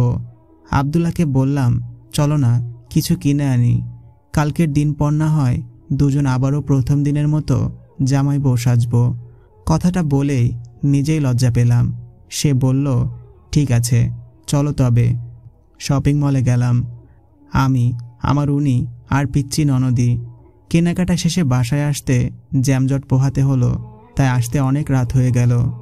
জ্যাম, গাড়ির হর্ন এসবের জন্য আমার মাথা ব্যথা শুরু হয়ে গেল। এ কথা শাশুড়ি মা শুনতেই বললেন, আসো মাথায় একটু তেল দিয়ে দেই। আমি খুশি মনে তেল ভর্তি বাটি নিয়ে ওনার কাছে বসি। উনি খুব যত্ন সহকারে মাথায় তেল দিয়ে দিতে থাকে। বউ শাশুড়ি মিলে জমিয়ে গল্প করছিলাম। এরই মাঝে উনি এসে বলল যে, একটু রুমে আসো তো। আমি গেলে আমাকে বলল যে, আচ্ছা আমি কি পুরনো হয়ে গেছি? আমি বললাম, কী সব বলছো তুমি? মাথা ঠিক আছে তো তোমার? এই বলে ভ্রু কুঁচকে তার দিকে তাকালাম। সে আগের মতোই ভাবভঙ্গি নিয়ে আমার দিকে তাকিয়ে রইল, যেন ভাজা মাছটি উল্টে খেতে তিনি জানেন না। কিছুক্ষণ চুপ থেকে সে বলল, ও বউ একটু চুমু দাও। সারাদিনে একটা চুমুও দাওনি। জলদি করে ভিটামিন চুমু দাও, তোমার চুমুর অভাবে আমি যে শুকিয়ে যাচ্ছি, এ খবর কি তোমার আছে? এটা বলেই সে চোখ টিপ দিল। আমি আর চোখে তাকে পরখ করে দেখতে লাগলাম। আয় হায়, আমার জামাইটাকে ভূতে টুতে ধরল নাকি? সে বলল, কি গো, কি দেখো? রাতে মন ভরে দেখো আমাকে, তোমার জামাই তুমিই তো দেখবে। এখন চুমু দাও, নইলে জোর করে আদায় করে নিব কিন্তু। আমি তাকে এড়িয়ে দরজার কাছে যেতেই সে পথ আগলে দাঁড়ালো। বলল, কি গো সোনা বউ পাখি, তুমি কি কানে কম শুনো নাকি? বললাম তো চুমু দাও, তারপর বাহিরে যাও। উপায় না পেয়ে চোখ বন্ধ করে তার 2 গালে 2টা চুমু দেই। লজ্জা পেয়ে তো ভৌ দৌড় দেই। এক দৌড়ে মায়ের কাছে চলে যায়। রাগে ফুপাতে লাগি। মা আমায় 1 গ্লাস পানি এনে দিলে খেয়ে নেই। এরপর আবার মা চুলে তেল দিয়ে দিতে থাকেন। তেল দেওয়া শেষ হলে মা মাথায় হালকা হাতে ম্যাসাজ করে দিতে লাগলেন। আমি আবেশে চোখ বন্ধ করে রাখলাম। মুহূর্তের মাঝে আমার মাথা ব্যথা সেরে গেল। রাতে খাওয়া দাওয়া শেষে সবাই ঘুমিয়ে পড়লাম। পরদিন সকালে সবার জন্য নাস্তা বানালাম। সাথে অবশ্য আমার আম্মুও ছিল। আম্মু বিভিন্ন বিষয় নিয়ে আমার সাথে কথা বলছিল। এই যেমন আব্দুল্লাহ স্বামী হিসেবে কেমন, আমার শাশুড়ি আম্মু শ্বশুর বাবা কেমন, আমার ননদটা কেমন, এখানে থাকতে কষ্ট হচ্ছে কিনা, এসব বিষয়ে আমিও উত্তর দিলাম। বললাম, আম্মু, আব্দুল্লাহ হয়তো হঠাৎ করেই আমার জীবনে এসেছিল, কিন্তু জানো, সে খুব সুন্দর মনের একজন মানুষ। একজন স্বামী হিসেবে অনন্য, তেমনি একজন সন্তান হিসেবেও সে দায়িত্ববান। এমনকি সে আমার প্রতি খুব যত্নবান, আমার অনেক যত্ন করে। কোথায় যেন পড়েছিলাম, নারী সেখানেই থেকে যায় যেখানে সে ফুলের মতো যত্ন পায়। অনেকটা সেরকম। মেয়েদের বিয়ের পর স্বামীর বাড়িটায় আপন হয়ে যায়। নিজের সংসারের মায়া ফেলে আমি তাই তোমাদের কাছে যেতে পারি না। আর আমার শাশুড়ি আম্মু, শ্বশুর বাবা, ওনারা তো তোমাদেরই দ্বিতীয় কার্বন কপি। আমাকে নিজের মেয়ের মতো ভালোবাসেন, আদর করেন। আর আমার ননদি, তাকে পেয়ে সত্যি আমি খুশি। আমার কখনো মনেই হয়নি যে ও আমার মায়ের পেটের বোন নয়। ওকে আমি ননদ কম, নিজের বোনের চোখে বেশি দেখি। আলহামদুলিল্লাহ, আল্লাহ আমায় অনেক সুখে শান্তিতে রেখেছেন। তোমরা শুধু দোয়া করো, এই সুখ শান্তি যেন চিরকাল অটুট থাকে। আমার কথা শুনে আম্মুও মুচকি হেসে আলহামদুলিল্লাহ বললেন। সারাদিন এভাবেই কেটে গেল, সবার সাথে আনন্দ উল্লাসের মধ্য দিয়ে। বিকালে আমার হাতে মেহেদি পরাচ্ছে আমার ননদি। ডান হাতে আমার নাম লিখে দিয়েছে, আর বাম হাতে আব্দুল্লাহর নাম লিখে দিয়েছে। আমিও আব্দুল্লাহকে জোর করলাম হাতে মেহেদি দেওয়ার জন্য, কিন্তু সে দিল না। তাই রাগ করে সাপের মতো ফোঁসফোঁস করছি আমি। রাতে তার সাথে একটা কথাও বললাম না। পরদিন সকালে রান্নার তোড়জোড় শুরু হলো। দুপুরে সবাই মিলে একসাথে খাওয়া দাওয়া করলাম। এরপর সন্ধ্যায় আমাকে আবারও প্রথম দিনের মতো করে লাল টুকটুকে বউ সাজানো হলো। সেও দেখলাম বরের সাজে প্রস্তুত। ছোটোখাটো অনুষ্ঠান হলো বাসার ছাদে। এক পাশটায় ছোট বাচ্চারা হই হুল্লোড় করছিল, এক পাশে সবাই মিলে গানের কলি খেলছিল। কেউ বা ট্রুথ অর ডেয়ার খেলায় মেতেছিল। নাচ গান সকল পর্ব শেষ করে রাত 11টায় খাওয়া দাওয়া করলাম। আমাকে আমাদের রুমে রেখে আসা হলো। রুমে প্রবেশ করে আমি তো অবাক। পুরো রুমটা জুড়ে ফুলের গন্ধে মোমো করছে। নিশ্চয়ই তার ফাজিল বন্ধুরা এসব করেছে। একটু পর সে রুমে আসলো। বরাবরের ন্যায় তাকে সালাম দিলাম। সে সালামের জবাব দিল। আমার দিকে এক গুচ্ছ লাল গোলাপ বাড়িয়ে দিয়ে বলতে লাগলো, একটা কথা বলি তোমায়, শোনো কানে কানে। সারা জীবন সারাক্ষণ থাকো আমার প্রাণে। ভালোবাসা কেন এমন হয়, তোমার আশায় কেন মন পড়ে রয়, শুধু স্বপ্ন সাজায় চোখের পাতায়। আই লাভ ইউ বউ পাখি। এই বলে সে আমাকে তার বুকে জড়িয়ে কপালে চুমু দিল। লজ্জায় লাল হয়ে গেলাম। যাহ দুষ্টু, এইভাবে কেউ বলে নাকি? আমি তো শুনে লজ্জা পেয়েছি। এই বলে তাকে ধাক্কা দিয়ে বিছানার এক পাশে শুয়ে পড়লাম, আঁচল দিয়ে মুখ ঢেকে। সে ভ্যাবাচেকা খেয়ে আমার দিকে তাকিয়ে থাকলো। কিছুক্ষণ পর পিছন থেকে জড়িয়ে ধরে ঘাড়ে মুখ ডুবিয়ে দিল। আমার শত সহস্র লজ্জা তার ভালোবাসায় শেষ হয়ে যেতে লাগলো। পরদিন সকালে সকল আত্মীয় স্বজনরা চলে গেলেন। শুধু থেকে গেলেন আমার শাশুড়ি আম্মু আর ননদি। দুপুরে খাবার টেবিলে বসে খাবার খাচ্ছি আমি, আব্দুল্লাহ আর শাশুড়ি মা। আমার ননদি তখন ওয়াশরুমে গোসল করছে। মা বলতে লাগলো, বৌমা দেখতে দেখতে তোমাদের বিয়ের 1 বছর পূর্ণ হলো। আমি বলি কি, ঘরটা ফাঁকা ফাঁকা লাগছে, আমরা আর কতদিনই বা বাঁচব? আমাদেরও তো নাতি নাতনির সাথে খেলা করতে ইচ্ছে হয়, এবার একটা বাচ্চা নিয়ে ফেলো কেমন? মায়ের কথা শুনে আমার গলায় ভাত আটকে গেল। আমি বিষম খেলাম, কাশতে কাশতে চোখে পানি এসে গেল।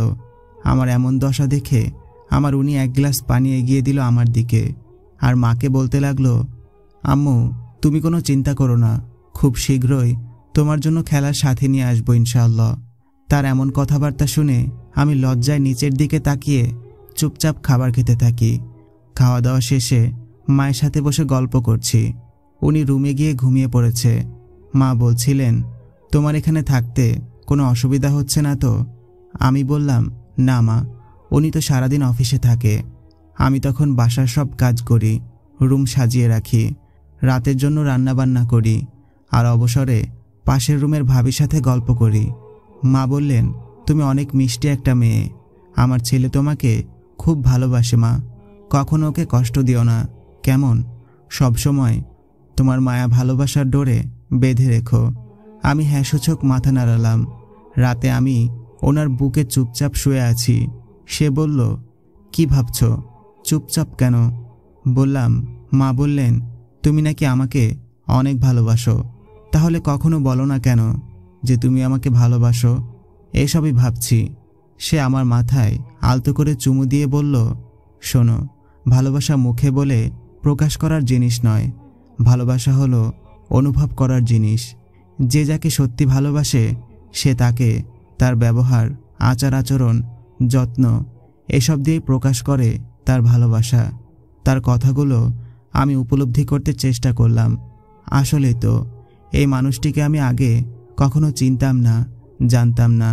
একদিন হঠাৎ করেই তার সাথে আমার জীবনটা জুড়ে গেল। এমনকি বিয়ের পরে সে আমার একজন দায়িত্ববান ও যত্নবান স্বামী হয়েছে। সে আমাকে এত বেশি যত্ন করে যে আমি ভুলেই গিয়েছি নিজ হাতে চুল বিনুনি করা, নিজ হাতে খাবার খাওয়া। এই মানুষটাই রোজ অফিসে যাওয়ার আগে আমার সাথে বসে নাস্তা করে। দুপুরে সে খাওয়ার আগে আমি খেয়েছি কিনা তা জিজ্ঞাসা করে। অফিস শেষে যত দ্রুত সম্ভব বাসায় ফিরে আসে। বাসায় এসে আমায় নিজ হাতে তুলে খাওয়ায়, আমার চুল বিনুনি করে দেয়, রাতে আমাকে বুকে নিয়ে ঘুমায়। সে হয়তো কখনো ভালোবাসি বলেনি আমাকে, তবে আজ আমি খুব তীব্রভাবে অনুভব করতে পারলাম মানুষটা আমাকে পাগলের মতো ভালোবাসে। আমি বললাম, ওই শোনো না। সে ঘুম ঘুম কণ্ঠে জবাব দিল, বলো সোনা, শুনছি। বললাম, ভালোবাসি প্রিয়তম স্বামী আমার। সে জবাব দিল, আমিও তোমাকে অনেক ভালোবাসি প্রিয়তমা বউ আমার। এরপর দুজন দুজনকে জড়িয়ে ধরে ঘুমিয়ে গেলাম। পরদিন সকালে মা আর বৃষ্টি চলে গেল। উনি অবশ্য তাদেরকে বাসে উঠিয়ে দিয়েছেন। এরপর উনিও অফিসে চলে যায়। পুরো বাসায় আমি একা। পুরো দিন ঘুমিয়েই কাটিয়ে দেই। বাসাটা খুব ফাঁকা ফাঁকা লাগছিল। সন্ধ্যায় সে বাসায় ফিরল, আমার জন্য চকলেট এনেছে। তবু আমি মন খারাপ করে বসে থাকলাম। সে বুঝল কেন আমার মন খারাপ। বলল, রাতের খাবারটা 1 প্লেটে বেড়ে নিয়ে আসো। আমি নিয়ে আসলে সে ভাত মাখাতে লাগে। ভাবলাম সে হয়তো খাবে, তাই আমিও চুপচাপ তার ফোনে ফেসবুক ঘাঁটতে লাগলাম। সে 1 লোকমা ভাত আমার মুখের সামনে তুলে ধরল, বলল, খাও। আমি নিশ্চুপ। সে এবার ক্ষণিকটা ধমকের সুরে বলল, ওই চুপচাপ খাও বলছি, জানি তো সারাদিন খাওনি, এখন আমি তুলে খাওয়াচ্ছি, খাও, না খেলে কিন্তু আমিও খাবো না। এবার আমি খেতে লাগি, সেও খাচ্ছে মাঝে মাঝে। এরপর সে বলল, চলো ছাদে যাই। ছাদে গিয়ে তার সাথে গল্প করলাম আর চাঁদ দেখলাম। আম্মু বাবা সবার কথা খুব মনে পড়ল। মনটা খুব বিষণ্ণ হয়ে গেল। হু হু করে কেঁদে উঠলাম। সে আমাকে তার বুকে এলিয়ে দিল। তার বুক যেন আমার এক নিরাপদ আশ্রয়। কাঁদতে কাঁদতে তার বুকেই ঘুমিয়ে গেলাম। সে আমাকে কোলে নিয়ে রুমে চলে আসে। কপালে চুমু এঁকে দিয়ে সেও ঘুমিয়ে পড়ে। পরদিন সকাল থেকে নিত্যদিনের কাজে আবারও আমি জড়িয়ে গেলাম। কেটে গেল আরও 2টি মাস। আজ সেপ্টেম্বরের 3 তারিখ। 5ই সেপ্টেম্বরে আবদুল্লার জন্মদিন। 5ই সেপ্টেম্বর তার অফ ডে, তাই ভাবছি খুব স্পেশালভাবে সেলিব্রেট করব। তাই তার কিছু বন্ধুদেরকে কল দেই, আমার সব প্ল্যান ভাইয়াদেরকে খুলে বলি। তারা খুব এক্সাইটেড হয়ে যায় আমার প্ল্যান শুনে। আমার প্ল্যান মোতাবেক 4 সেপ্টেম্বর দুপুরে তার পাশে শুয়ে ঘুমিয়ে পড়েছি।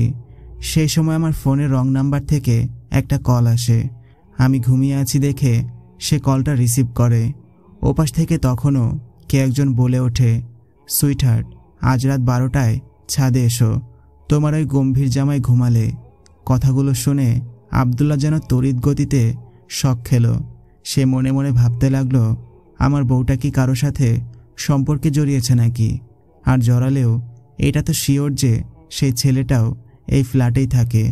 আজ রাতে আমিও যাব ছাদে, আমিও দেখতে চাই কার সাথে আমার বউ সম্পর্ক করেছে। রাত প্রায় 12টা। আমার ফোনে কল আসতেই আমি কলটা কেটে দেই।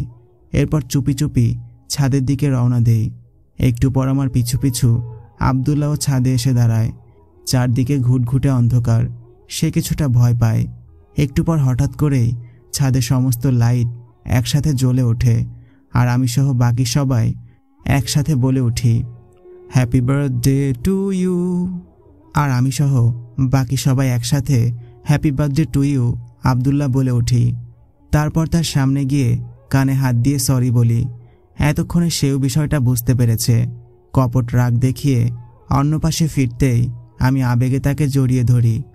যখন মনে পড়ল এখানে ওনার বন্ধুরা আছে, তখন তাকে ছেড়ে দেই আর বলি, happy birthday to you, my love and life line.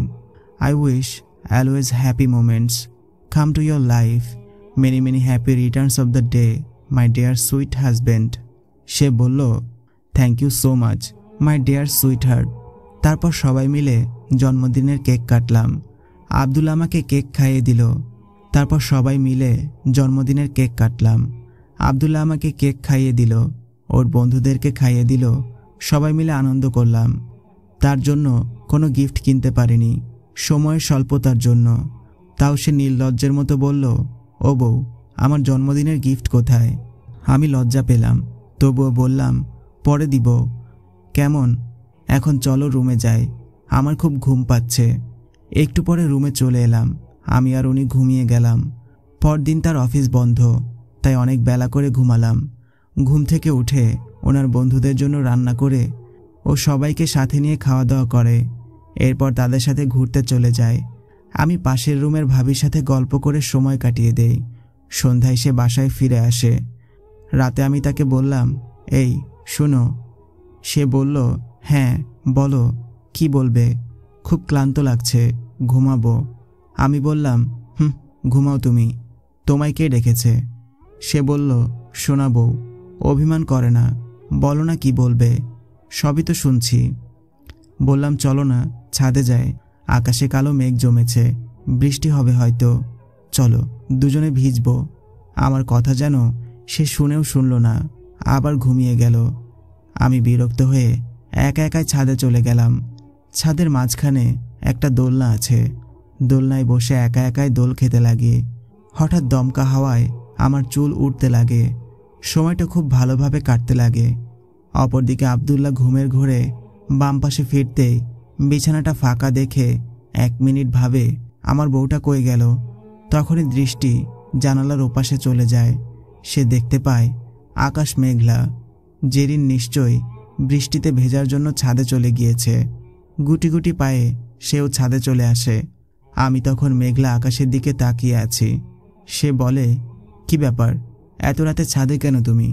আমি বললাম, এই তো একটু বৃষ্টিতে ভিজতে এসেছি। সে খানিকটা রাগ দেখিয়ে বলল, বৃষ্টিতে ভিজলে জ্বর আসবে, চলো রুমে যাই। আমি বললাম, জি না, আমি আজ ভিজবই। আমার জেদ দেখে সে রুমে যেতে শুরু করলো। আর তখনই আকাশ ফেটে বৃষ্টি শুরু হলো। আমি তো খুব খুশি, খুশিতে নাচ করতে শুরু করলাম। হাত দুদিকে বাড়িয়ে দিয়ে আকাশের দিকে মুখ করে তাকিয়ে থাকলাম। আমার এমন বাচ্চামো দেখে সেও আমার সাথে ভিজতে শুরু করলো। দুজন বৃষ্টিতে ভিজে বকভেজা হয়ে গেলাম। হঠাৎ বৃষ্টি আরও জোরে নামা শুরু করলো। সে আমাকে কোলে তুলে নিল আর বলল, ও বউ, এবার চলো রুমে যাই, আর ভিজো না, জ্বর চলে আসবে তো। আমি ওর কথা শুনে গাল ফুলিয়ে রাখলাম। সে আমার গাল টেনে বলল, এই এমন করো না শোনাবো, কোল থেকে ফেলে দেব কিন্তু। আমি তখন অন্যদিকে মুখ ফিরিয়ে রাখলাম। আব্দুল্লাহ তার হাত একটু আলগা করতে আমি তার গলা জড়িয়ে ধরলাম। ভয়ে ঢোক গেলাম। বললাম, এই এমন করছো কেন? পড়ে যাব তো নাকি? সে তখন বলল, না, যদি এখন রুমে না যাও তোমাকে ফেলে দিব। তখন বললাম, ঠিক আছে চলো, কোলে করে নিয়ে যাবা কিন্তু। সে বলল, জো হুকুম মাই কুইন। এরপর আমাকে কোলে নিয়ে সে রুমে আসলো। ভেজা জামা কাপড় চেঞ্জ করলাম।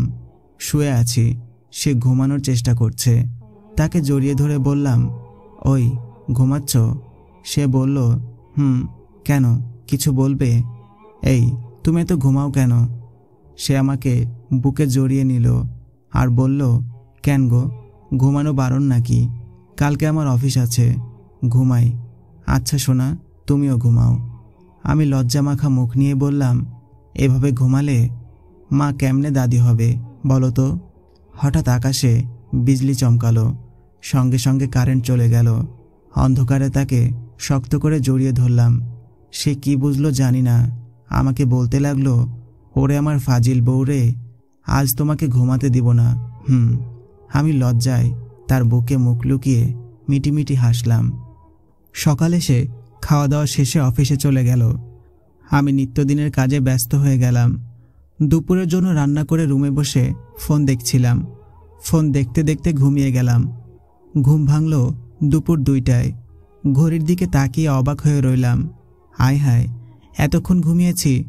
ও হয়তো লাঞ্চ টাইমে কল দিয়েছিল, কারণ আমি জানি ও আমাকে খেতে না বলে নিজেও খায় না। তড়িঘড়ি করে ফোন হাতে নিয়ে দেখলাম, না, কোনো মেসেজ আসেনি, কলও আসেনি। মনটা মুহূর্তের মধ্যে খারাপ হয়ে গেল। ডায়াল প্যাডে তার নাম্বার উঠাতে লাগলাম। কল দিলাম, একবার রিং হয়ে কেটে গেল।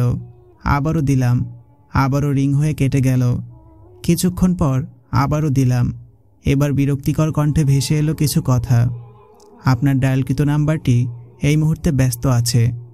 অভিমান করে কলটা কেটে দিলাম আর ফোন সুইচ অফ করে দিলাম। দুপুরে খেলামও না, আবার ঘুমিয়ে গেলাম। ঘুম ভাঙল আব্দুল্লাহর ডাকে। উনি এসেছেন। মুখটা রাগী দেখে ভয়ে চুপসে গেলাম। তবুও সাহস করে বললাম, এই কি হয়েছে তোমার? তোমাকে এমন দেখাচ্ছে কেন?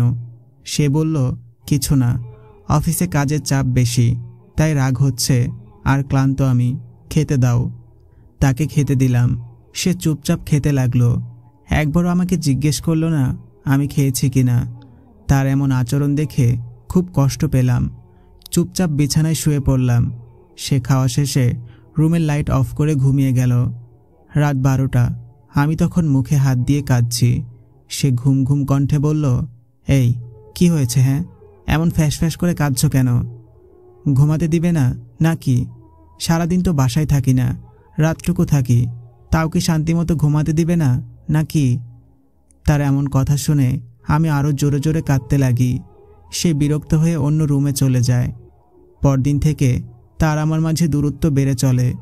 সকালে আমার চেহারা দেখে সে খানিকটা অবাকও হয়। গাল দুটো লাল, চোখ দুটা ফোলা। সে বুঝতে পারে আমি সারা রাত কেঁদেছি। সকালের নাস্তা করে সে খেয়ে অফিস যায়। আমি রোজকার মতো রুম গোছাতে লাগি। বারবার ফোনের দিকে তাকিয়ে থাকি, এই বুঝি সে কল দিল। কিন্তু না, সে কল দেয় না। আমি অভিমান করে আর কল দেই না। এভাবে কেটে যায় 2টা মাস। মন ভরা অভিমান নিয়ে যাচ্ছি বাবার বাড়ি। সে এখন অফিসে, বাসায় এসে খাবে কি সেজন্য রান্নাটাও করে আসিনি। থাকুক একা, দেখুক কেমন লাগে। বেডরুমে ওর বালিশের নিচে একটা চিরকুট রেখে এসেছি, যাতে লিখেছি, কাছে থাকতে বুঝলে না, হারিয়ে গেলে খুঁজো না, তখন আমার খোঁজ নিও যখন তোমার ব্যস্ততা শেষ হবে। রুমের চাবিটা পাশের রুমের ভাবির কাছে দিয়ে এসেছি। সন্ধ্যায় পৌঁছে গেলাম বাবার বাড়িতে। আমাকে একা দেখে আম্মু এগিয়ে এলো, আমাকে জড়িয়ে ধরল, বলল, মা তুই একা কেন, জামাই কোথায়? বললাম, আম্মু আমি একাই এসেছি, তোমাদের জামাই অফিসে, কালকে এসে আমায় নিয়ে যাবে। আমি অনেক ক্লান্ত, তাই ফ্রেশ হয়ে এসে ধপাস করে বিছানায় শুয়ে পড়ি আর ঘুমিয়ে যায়। অন্যদিকে আব্দুল্লাহ ভাবতে থাকে, অফিস ছুটি হলো, হায় আল্লাহ, রাত 8টা বেজে গেছে। বাসায় জেরিন একা। পাগলিটাকে প্রায় 2 মাস হলো সময় দিতে পারিনি। অফিসে কাজের এত বেশি চাপ ছিল যে মাথায় সবসময় রাগ থেকেছে। পাগলিটার সাথে গত 2 মাসে না চাইতে অনেক খারাপ ব্যবহার করে ফেলেছি। আজ বাসায় গিয়ে ক্ষমা চেয়ে নিব। এই বলে বাসার উদ্দেশ্যে রওনা দিলাম। পথে অনেক জ্যাম, তাই গাড়ি থেকে নামলাম। আজ পাগলিটার প্রিয় খাবারগুলো কিনব এই আশায়। 1 প্যাকেট বিরিয়ানি নিলাম, সাথে ফুচকা আর ঝালমুড়িও নিলাম। গাড়িতে বসার আগে খেয়াল হলো রাস্তার পাশে ফুল বিক্রি করছে। পাগলিটার জন্য 10টা গোলাপ ফুল আর একটা বেলি ফুলের গাজরা নিলাম। আমি জানি আমার বউটা এসব দেখে আর রাগ অভিমান করে থাকতে পারবে না। বাসায় পৌঁছাতে পৌঁছাতে 10টা বেজে গেল। কলিং বেল দিচ্ছি, তবুও ভেতর থেকে দরজা খুলল না। একটু পর জেরিনের নাম্বারে কল দিলাম, কিন্তু না, নাম্বারটাও বন্ধ বলছে। ধুর, এই মেয়েটা সারাদিন যে কি করে, ফোনটাও চার্জে দিতে ভুলে যায়।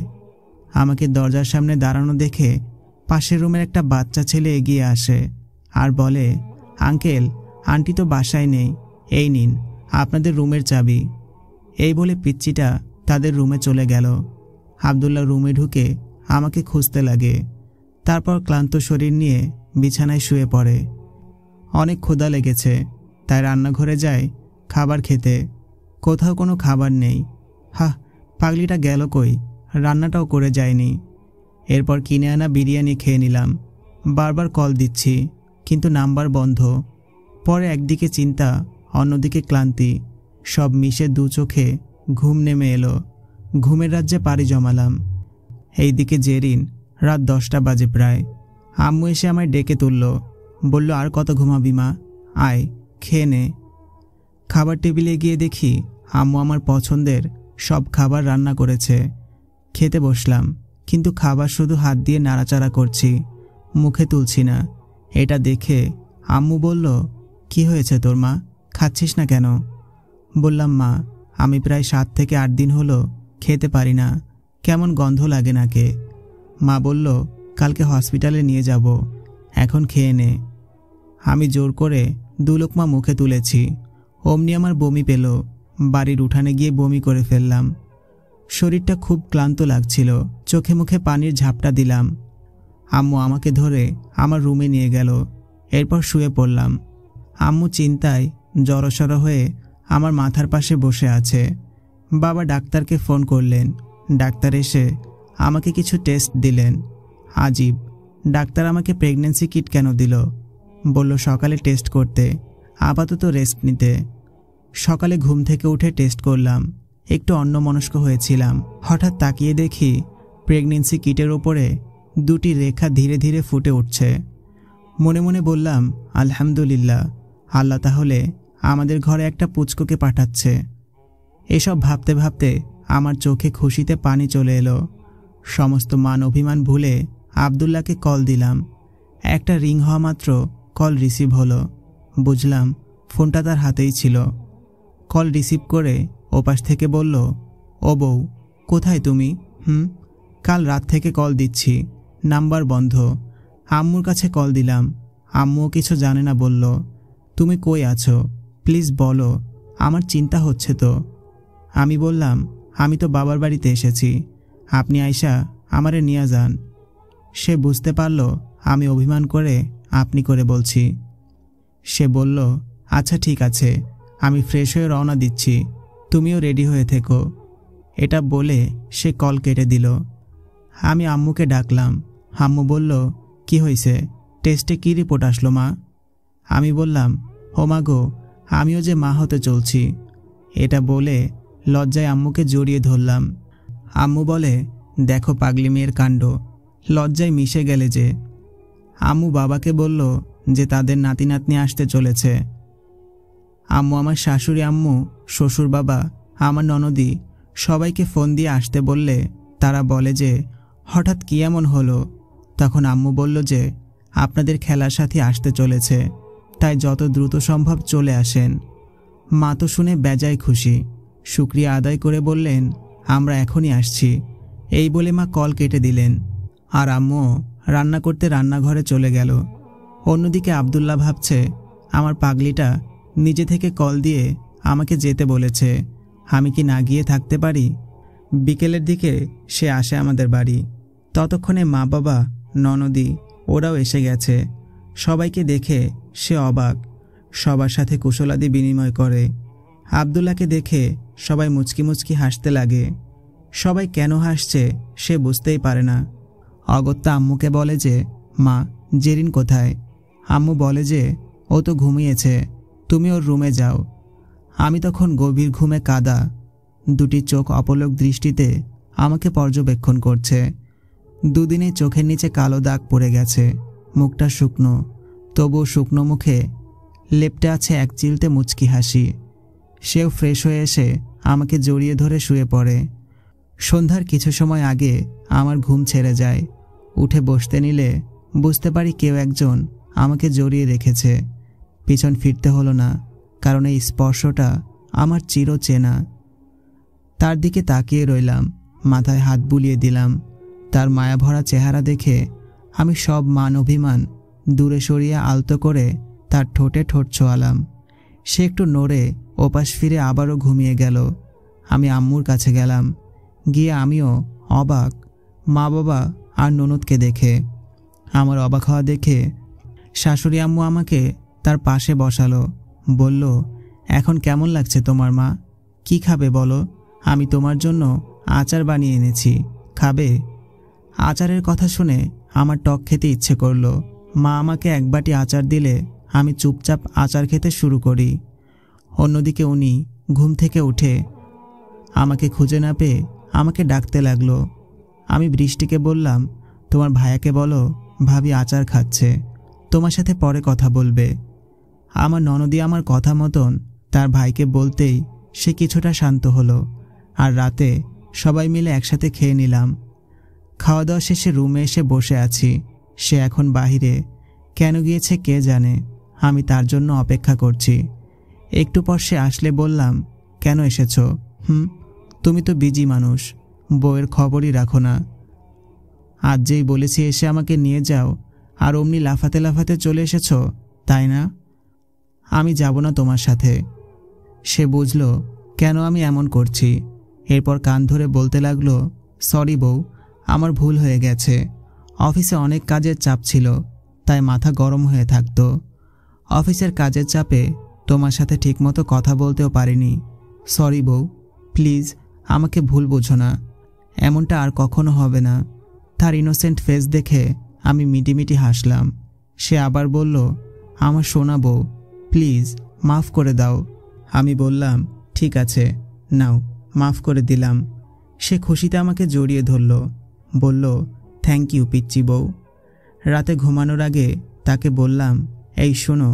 সে বলল, বলো বউ। আমি তার হাত নিয়ে আমার পেটে রাখলাম। সে ভুরু কুঁচকে আমার দিকে তাকালো, বলল, কি হয়েছে, পেট ব্যথা করছে কি? বললাম, না।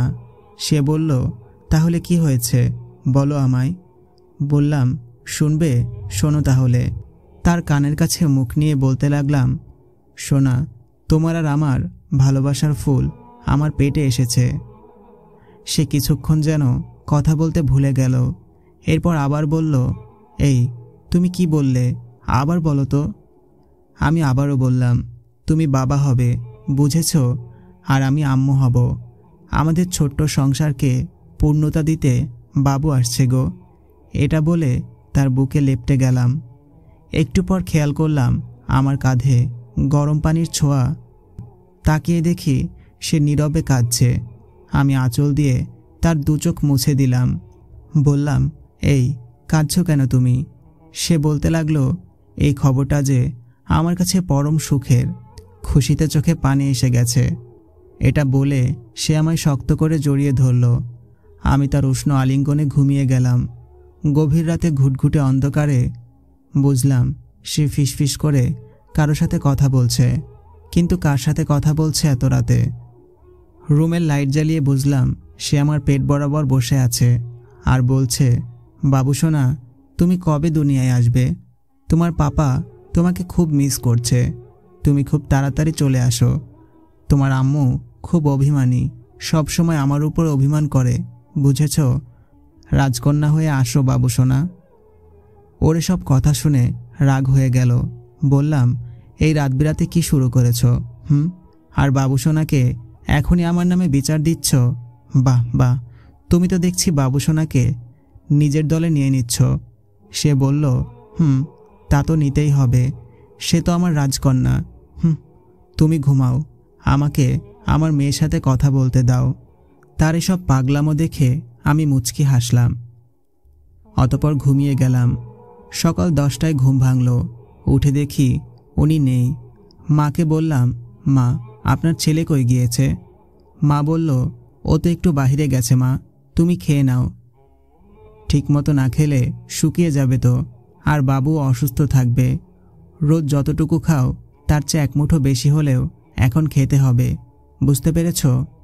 আমি হ্যাঁ সূচক মাথা নাড়ালাম। খেতে পারি না ঠিকমতো, শুধু টক খেতে ইচ্ছে করে। আমার প্রেগন্যান্সির 4 মাস এভাবেই কেটে গেল। 4 মাস পর, এই 4 মাসে বদলে গেছে অনেক কিছুই। আব্দুল্লাহ আমার যত্ন করা বাড়িয়ে দিয়েছে। এখন সে একজন স্বামীসহ অনাগত বাচ্চার বাবা। সে তার দায়িত্ব সঠিকভাবেই পালন করছে। আমরা সেই আগের বাসাতে আছি। মাঝে মাঝে মা আসতেন। তিনি আসার সময় আমার জন্য হরেক পদের আচার বানিয়ে আনতেন। আমার প্রেগন্যান্সির এখন 6 মাস চলে। সেদিন বাবার বাড়ি থেকে আসার সময় আমাকে নিয়ে উনি ডাক্তারের কাছে গিয়েছিল। হসপিটালে গিয়ে আবারও টেস্ট করি, রেজাল্ট পজিটিভ আসে। সে পুনরায় খুশিতে আমাকে জড়িয়ে ধরে। আর এখন আমি আমার বাবু সোনার অস্তিত্ব বুঝতে পারি। সে একটু পরপর আমার পেটে লাথি দেয়।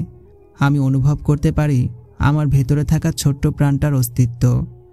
বাবু সোনা এত পরিমাণে দুষ্ট হয়েছে যে আমি যখন ডান পাশে ফিরে ঘুমাই তখন সে পেটের ডান পাশে লাথি দেয়। আবার আমি যখন বাম পাশে ঘুরে ঘুমাই তখন সে পেটের বাম পাশে লাথি দেয়। যাদের পেটে বাবু আসে তারাই বুঝবে এই মুহূর্তগুলো কেমন। একবেলা লাথি না দিলে টেনশনে আমার খাওয়া আসে না। এভাবেই সময় কাটতে লাগে। দিনের বেশিরভাগ সময় আমার মুড সুইং হয়ে থাকে। ওর সাথে রাগ ঝগড়া করে ফেলি। চুপচাপ সে সহ্য করে নেয়। আবার হুটহাট অদ্ভুত খাবার খেতে ইচ্ছে করে। কত সময় সে নিজে বানিয়ে খাওয়ায়, তবুও বাহির থেকে খোলা খাবার কিনে আনতে সে নারাজ। আজ রাত 11টায় আমার ঘুম ভেঙে গেল। বললাম, এই শোনো। সে ঘুম ঘুম কণ্ঠে বলল, বলো বাবুর আম্মু, কি বলবে? বললাম, আমার বাবু সোনার এখন ফুচকা খেতে ইচ্ছে করছে। প্লিজ আমার বাবু সোনার জন্য তুমি যেভাবে পারো ফুচকা নিয়ে আসো। ঝাল ফুচকা নিয়ে আসবে কিন্তু। সে কিছুটা রাগ দেখিয়ে বলল, এইসব অস্বাস্থ্যকর খাবার তোমাকে খেতে দিব না, চুপচাপ ঘুমাও তো। তার রাগী কথা শুনে আমি ঠোঁট উল্টে কান্না শুরু করি। আর তাকে বলি, তুমি কি জানো না, গর্ভবতী মায়েদের খাবারের আবদার পূরণ না করলে বাচ্চার মুখ দিয়ে লালা ঝরে। সে শান্ত হলো আর আমাকে বোঝাতে লাগলো, আমার সোনা বউ, আমি কালকে তোমায় নিজ হাতে ফুচকা বানিয়ে খাওয়াবো, তবুও প্লিজ এমন করো না। আমি বললাম, ঠিক আছে, এই কথাই রইল। এখন আমার হাত টিপে দাও, আমি ঘুমাবো। সে আমার হাত টিপে দিতে লাগে আর আমি ঘুমিয়ে যাই। সে আমার ঘুমন্ত মুখের দিকে তাকিয়ে ভাবতে লাগে, এইটুকু পিচ্চি কিনা আমার বাবুর আম্মু। এই পিচ্চিটার গর্ভেই তিলে তিলে বেড়ে উঠছে আমাদের ভালোবাসার ফুল। পাগলিটা বড্ড জ্বালায় আমাকে, সব সহ্য করতে হবে আমাকে। সেই তো আমার ভালোবাসা, আমার বাবুর আম্মু, আমার পিতৃসুখ দানকারিণী। অতপর সেও আমার কপালে চুমু দিয়ে ঘুমিয়ে পড়ে। সকালে সে অফিসে যাওয়ার আগে আমার জন্য ফুচকা বানিয়ে দেয়। বেশি না, মাত্র 6টা। তাতে আমি খুশি। সে নিজ হাতে খুব যত্ন করে তুলে খাইয়ে দিল। তার এত এত যত্ন পেয়ে নিজেকে সৌভাগ্যবতী ভাবতে আমি 1 সেকেন্ডও সময় নেই না। আলহামদুলিল্লাহ, সময়গুলো এভাবেই কেটে যায়। এখন আমার প্রেগন্যান্সির 8 মাস চলছে। ভরা পেট নিয়ে চলতে আমায় হিমশিম খেতে হয়।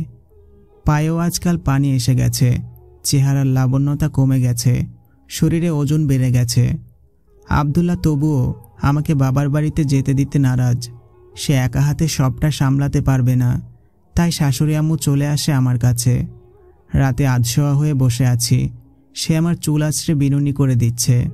আমি তার হাতটা ধরে বললাম, এই তোমার বাবু এত দুষ্টু কেন? সে বলল, কেন, বাবু আবার কি করলো? বললাম, বাবু পেটের মধ্যে ফুটবল খেলছে, বুঝলে? সে আমার কথা শুনে খানিকটা হাসল। এরপর আমার বেড়ে ওঠা পেটে হাত রেখে একা একাই বলতে লাগলো, এই যে আমার সোনামণি, এভাবে আম্মুকে কষ্ট দিচ্ছ কেন? তোমার আম্মু কিন্তু রাগ করবে, বুঝেছ? আমার লক্ষ্মী বাবু সোনা, এমন করে না। এই বলে পেটে চুমু খেলো। আমি লজ্জায় আড়ষ্ট হয়ে গেলাম। তার হাত ধরে বললাম, জান পাখি, আমি তো আগের মতো নেই। পায়ে পানি জমে গেছে, চেহারার লাবণ্য কমে গিয়েছে, স্বাস্থ্য বেড়ে গিয়েছে। আমাকে আর সুন্দর লাগে না, তাই না? তুমি আমাকে আর ভালোবাসো না। সে বলল, পাগলি মেয়ের কথা শোনো আমার সোনা, আমি তোমার রূপ সৌন্দর্যকে ভালোবাসিনি, আমি তোমার এই নরম কোমল মনটাকে ভালোবাসি। আর বাবু সোনা তো আমাদের দুজনেরই, তাই না?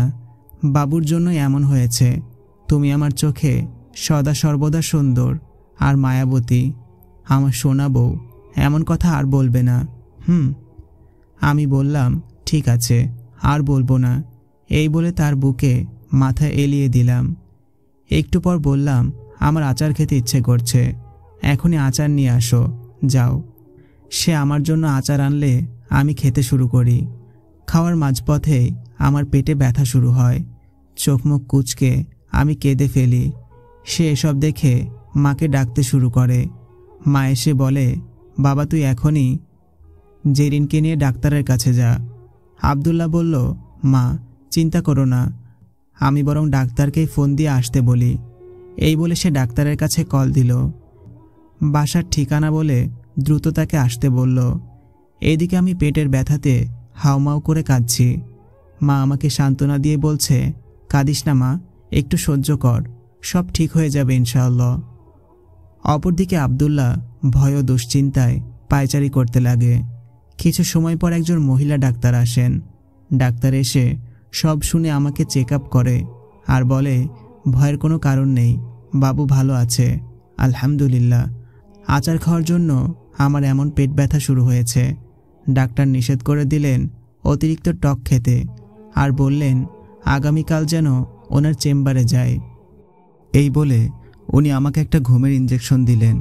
আমি ধীরে ধীরে ঘুমের রাজ্যে পাড়ি জমালাম। পরদিন সকালে বেশ বেলা করে আমার ঘুম ভাঙে। আব্দুল্লাহ এখনও আমার উপর রেগে আছে গত রাতের ঘটনার জন্য। আমি আলতো করে তাকে জড়িয়ে ধরি আর বলি, সরি গো, আর রাগ করে থেকো না। সে বলে, আমি রাগ করিনি, চুপ থাকো, তোমার সাথে আমার কথা নেই। আমি আবারও বলি, এই সরি বললাম তো নাকি, ক্ষমা করে দাও, আমি আর আচার খাবো না, তোমার সাথে জেদ করব না, প্লিজ, সরি। এবার কিছুটা নরম হলো আর বলতে লাগলো, জানো আমি কতটা ভয় পেয়েছিলাম, তুমি কি একটুও বোঝো না আমি তোমায় কতটা ভালোবাসি। তোমার কিছু হয়ে গেলে আমি কিভাবে থাকব? আর তোমার মাঝে আমাদের ভালোবাসার ফুলটাও রয়েছে, তার কিছু হয়ে গেলে আমি কিন্তু পাগল হয়ে যাব। তার ভালোবাসা, যত্ন হারানোর ভয়, এইসব আমি উপলব্ধি করতে পারলাম। তার দিকে ছলছল চোখে তাকিয়ে রইলাম। খানিক পর সেই বলল, চলো ফ্রেশ হয়ে নাও, নাস্তা করে আমি তোমায় নিয়ে হসপিটালে যাব। সকালের নাস্তা শেষে দুজন হসপিটালের উদ্দেশ্যে রওনা দিলাম। ডাক্তার কিছু টেস্ট দিলেন আর আলটা করতে বললেন। সব কিছু রিপোর্ট আসতে আসতে বেলা 12টা বেজে গেল। জানলাম ডেলিভারির ডেট সামনে মাসে 15 তারিখে, আর বাবু সুস্থ আছে। আমাদের ঘরে মেয়েবাবু আসতে চলেছে। হসপিটাল থেকে বের হয়ে আমরা শপিং মলে গেলাম বাবু সোনার জন্য জামা কাপড় সহ প্রয়োজনীয় কিছু জিনিস কিনতে। বাবুর জন্য ছোট্ট ছোট্ট কয়েক সেট জামা নিলাম, একটা বেবি দোলনা নিলাম, বালিশ, কোলবালিশ, বেবি কাঁথা, এসব কিছুই নিলাম। বাবুর জন্য কেনাকাটা শেষ হলে আমার জন্যও কিছু সুতি জামা নিলাম, বাবু জন্মের পর পরব তাই। সব কেনাকাটা শেষ হলে বাসায় চলে আসলাম। বেলা তখন দুপুর 2টা বাজে। বাসায় এসে আগে গোসল করে নিলাম। ভরা পেটটা নিয়ে চলতে খুব কষ্ট হয়, তবুও চলতে হয়, এটাই তো জীবন। দিনগুলো এভাবেই কেটে যায়। 1 মাস পর আমার ডেলিভারির ডেট থাকলেও আজকে আমার লেবার পেইন শুরু হয়। মনের মাঝে অজানা ভয়ে কেঁদে ফেলি। আব্দুল্লাহ এখন অফিসে।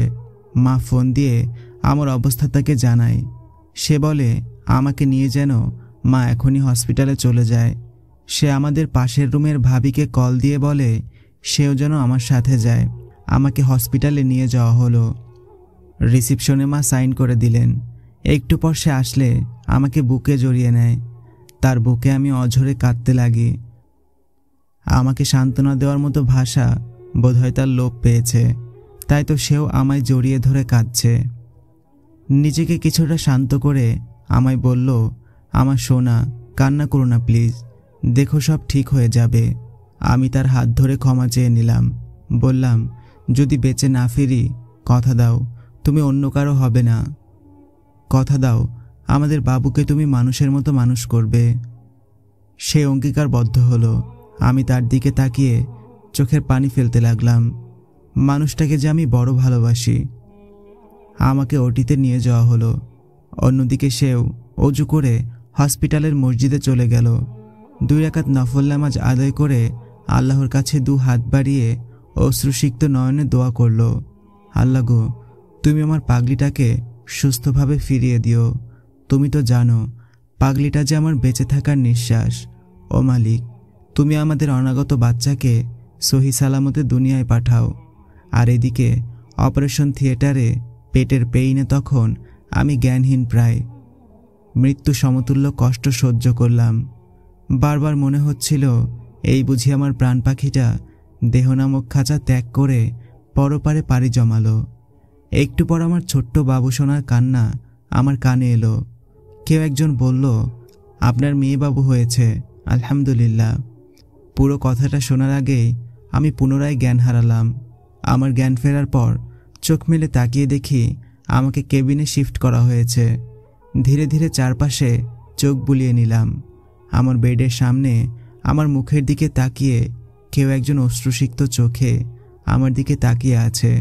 তার মুখে তৃপ্তির এক হাসি। মানুষটা আর কেউ নয়, আমারই জীবনসাথী আর আমার বাবু সোনার আব্বু, আমার ভালোবাসার মানুষ। আমি তার দিকে তাকাতেই সে চোখের কোণে থাকা পানিটুকু মুছে নিল আর উঠে এসে আমার কপালে গাঢ় করে একটা চুমু এঁকে দিল। আমি তার শার্ট খামচে ধরলাম। সে যত্ন করে আমার হাত ছাড়িয়ে নিল। বলল, আমার সোনা বউ, আজ তুমি আমাকে পৃথিবীর শ্রেষ্ঠ এক সুখের পরিচয় করিয়েছ।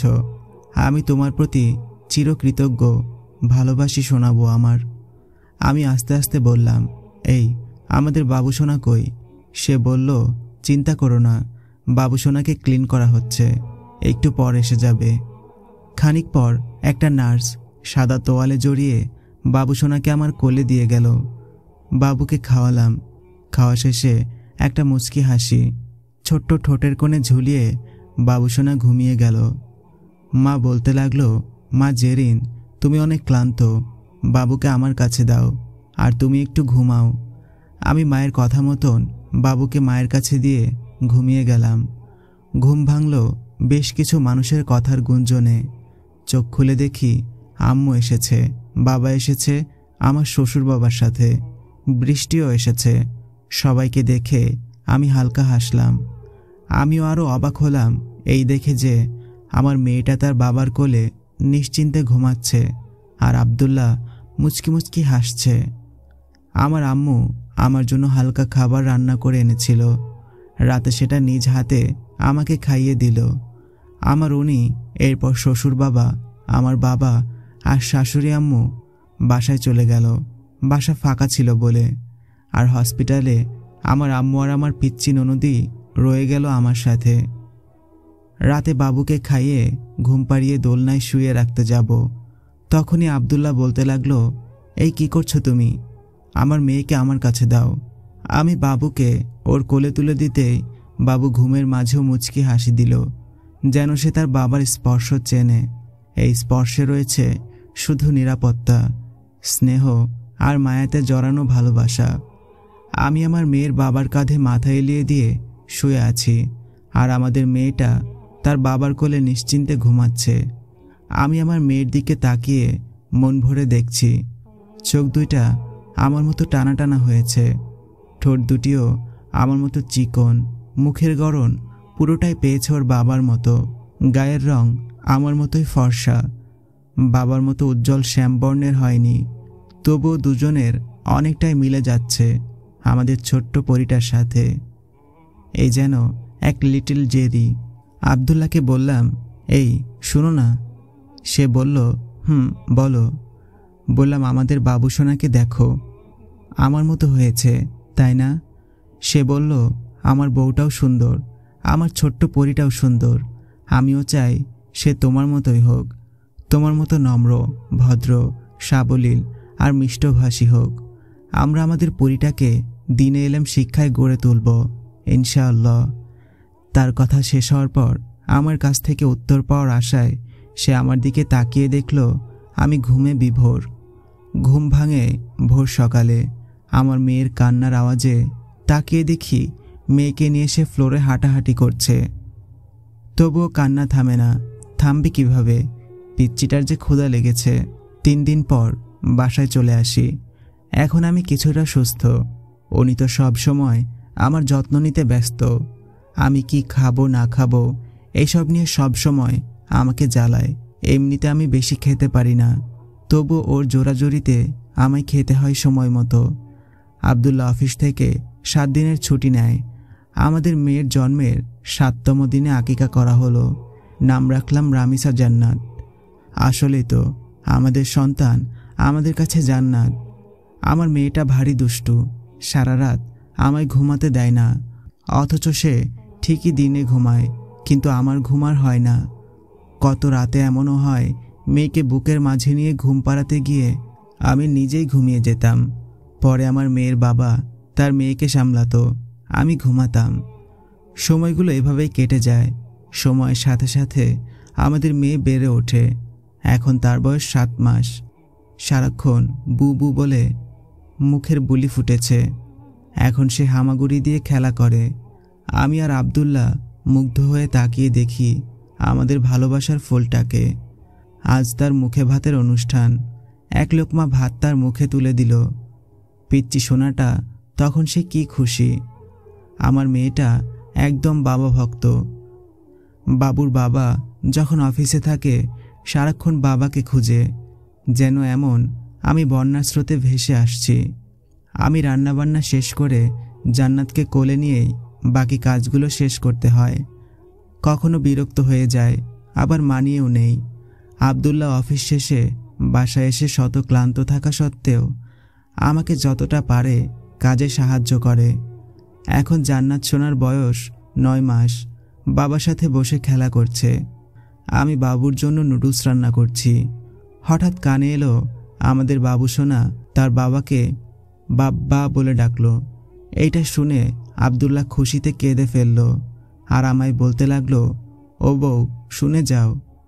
তার ডাক শুনে আমি দ্রুত রুমে চলে আসি। এসে দেখতে পাই আমার মেয়েটা তার বাবার বুকে লেপ্টে আছে আর অস্পষ্টভাবে বাবা বাবা বলে ডাকছে। এইসব দেখে চোখের কোণে পানি জমা মাত্র মুছে ফেললাম।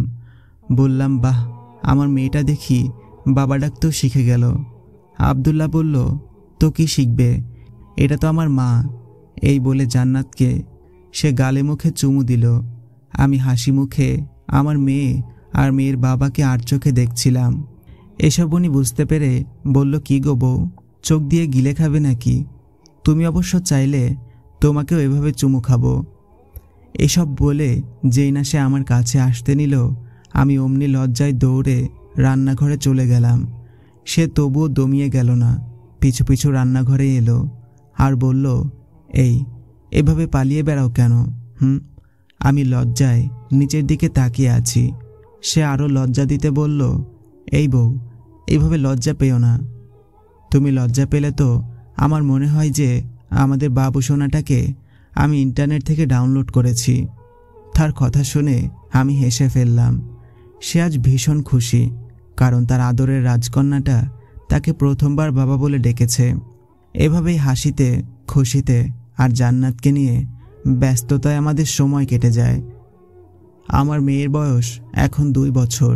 2 বছর বয়স হলেও কিছু কথা স্পষ্ট, তবুও সে খুব পাকা পাকা কথা বলে। যেমনটা আমি ছোটবেলায় ছিলাম ঠিক তেমনই। এই যেন আমারই কার্বন কপি। মেয়েটা ওর বাবা বলতে পাগল। এই তো এখন রাত 8টা বাজে। ওর বাবার বাসায় ফিরতে একটু দেরি হচ্ছে। নিশ্চয় রাস্তায় জ্যামে আটকা পড়েছে। আমার মেয়েটা বারবার আমাকে বলছে, ও আম্মু, বাব্বা কখন আসবে? আমি বলি, এই তো সোনা, তোমার বাবা আসবে কিছুক্ষণের মধ্যেই। তবুও সে শান্ত হয় না। বারবার জানালা দিয়ে বাহিরে তাকিয়ে থাকে তার বাবার অপেক্ষায়। হঠাৎ হাততালি দিয়ে বলে, বাবা এতে গেতে, এতে গেতে। আমি জানালা দিয়ে তাকিয়ে দেখলাম সত্যিই তো আব্দুল্লাহ এসে গেছে। তার হাতে কিছু একটা আছে। রুমে এসে প্রথমে আমাকে জড়িয়ে ধরে বলল, ভালোবাসি সোনা বউ, এই লাল গোলাপগুলো তোমার জন্য। এই বলে লাজুক হাসি দিয়ে আমাকে চুমু দিতে এগিয়ে আসতে পেছনে থেকে আমাদের মেয়েটা বলে ওঠে, এই যে আমি কিন্তু কিছু দেখিনি। হো মা, পিচ্চি সোনাটা দেখি তার ছোট্ট নরম হাত দুটি তার মুখ আড়াল করে রেখেছে। আমরা তা দেখে দুজনে অনেক হাসলাম। এরপর ফ্লোরে বসে পড়লাম। বললাম, দেখি দেখি আমাদের ভালোবাসার ফুলটাকে একটু দেখি। কাছে আসো তো সোনামণি। জান্নাত দৌড়ে হাসি হাসি মুখ নিয়ে আমাদের দুজনের কোলে মাঝ বরাবর বসে পড়ল। আমরা দুজন জিজ্ঞেস করলাম, সোনামণি বলো তো তুমি আমাদের কে? জান্নাত বলল, আমি তোমাদের ভালোবাসার ফুল। বলে একটা ফোকলা হাসি দিল। আমাদের মেয়েটার ঠোঁটের ফাঁকে দেখা মিলল তার 8টা পিচ্চি দাঁত। আমি আর আব্দুল্লাহ একে অপরের দিকে তাকিয়ে রইলাম। এরপর দুজন জান্নাতের 2 গালে চুমু দিয়ে বললাম, সোনা, তুমিই তো আমাদের ভালোবাসার ফুল।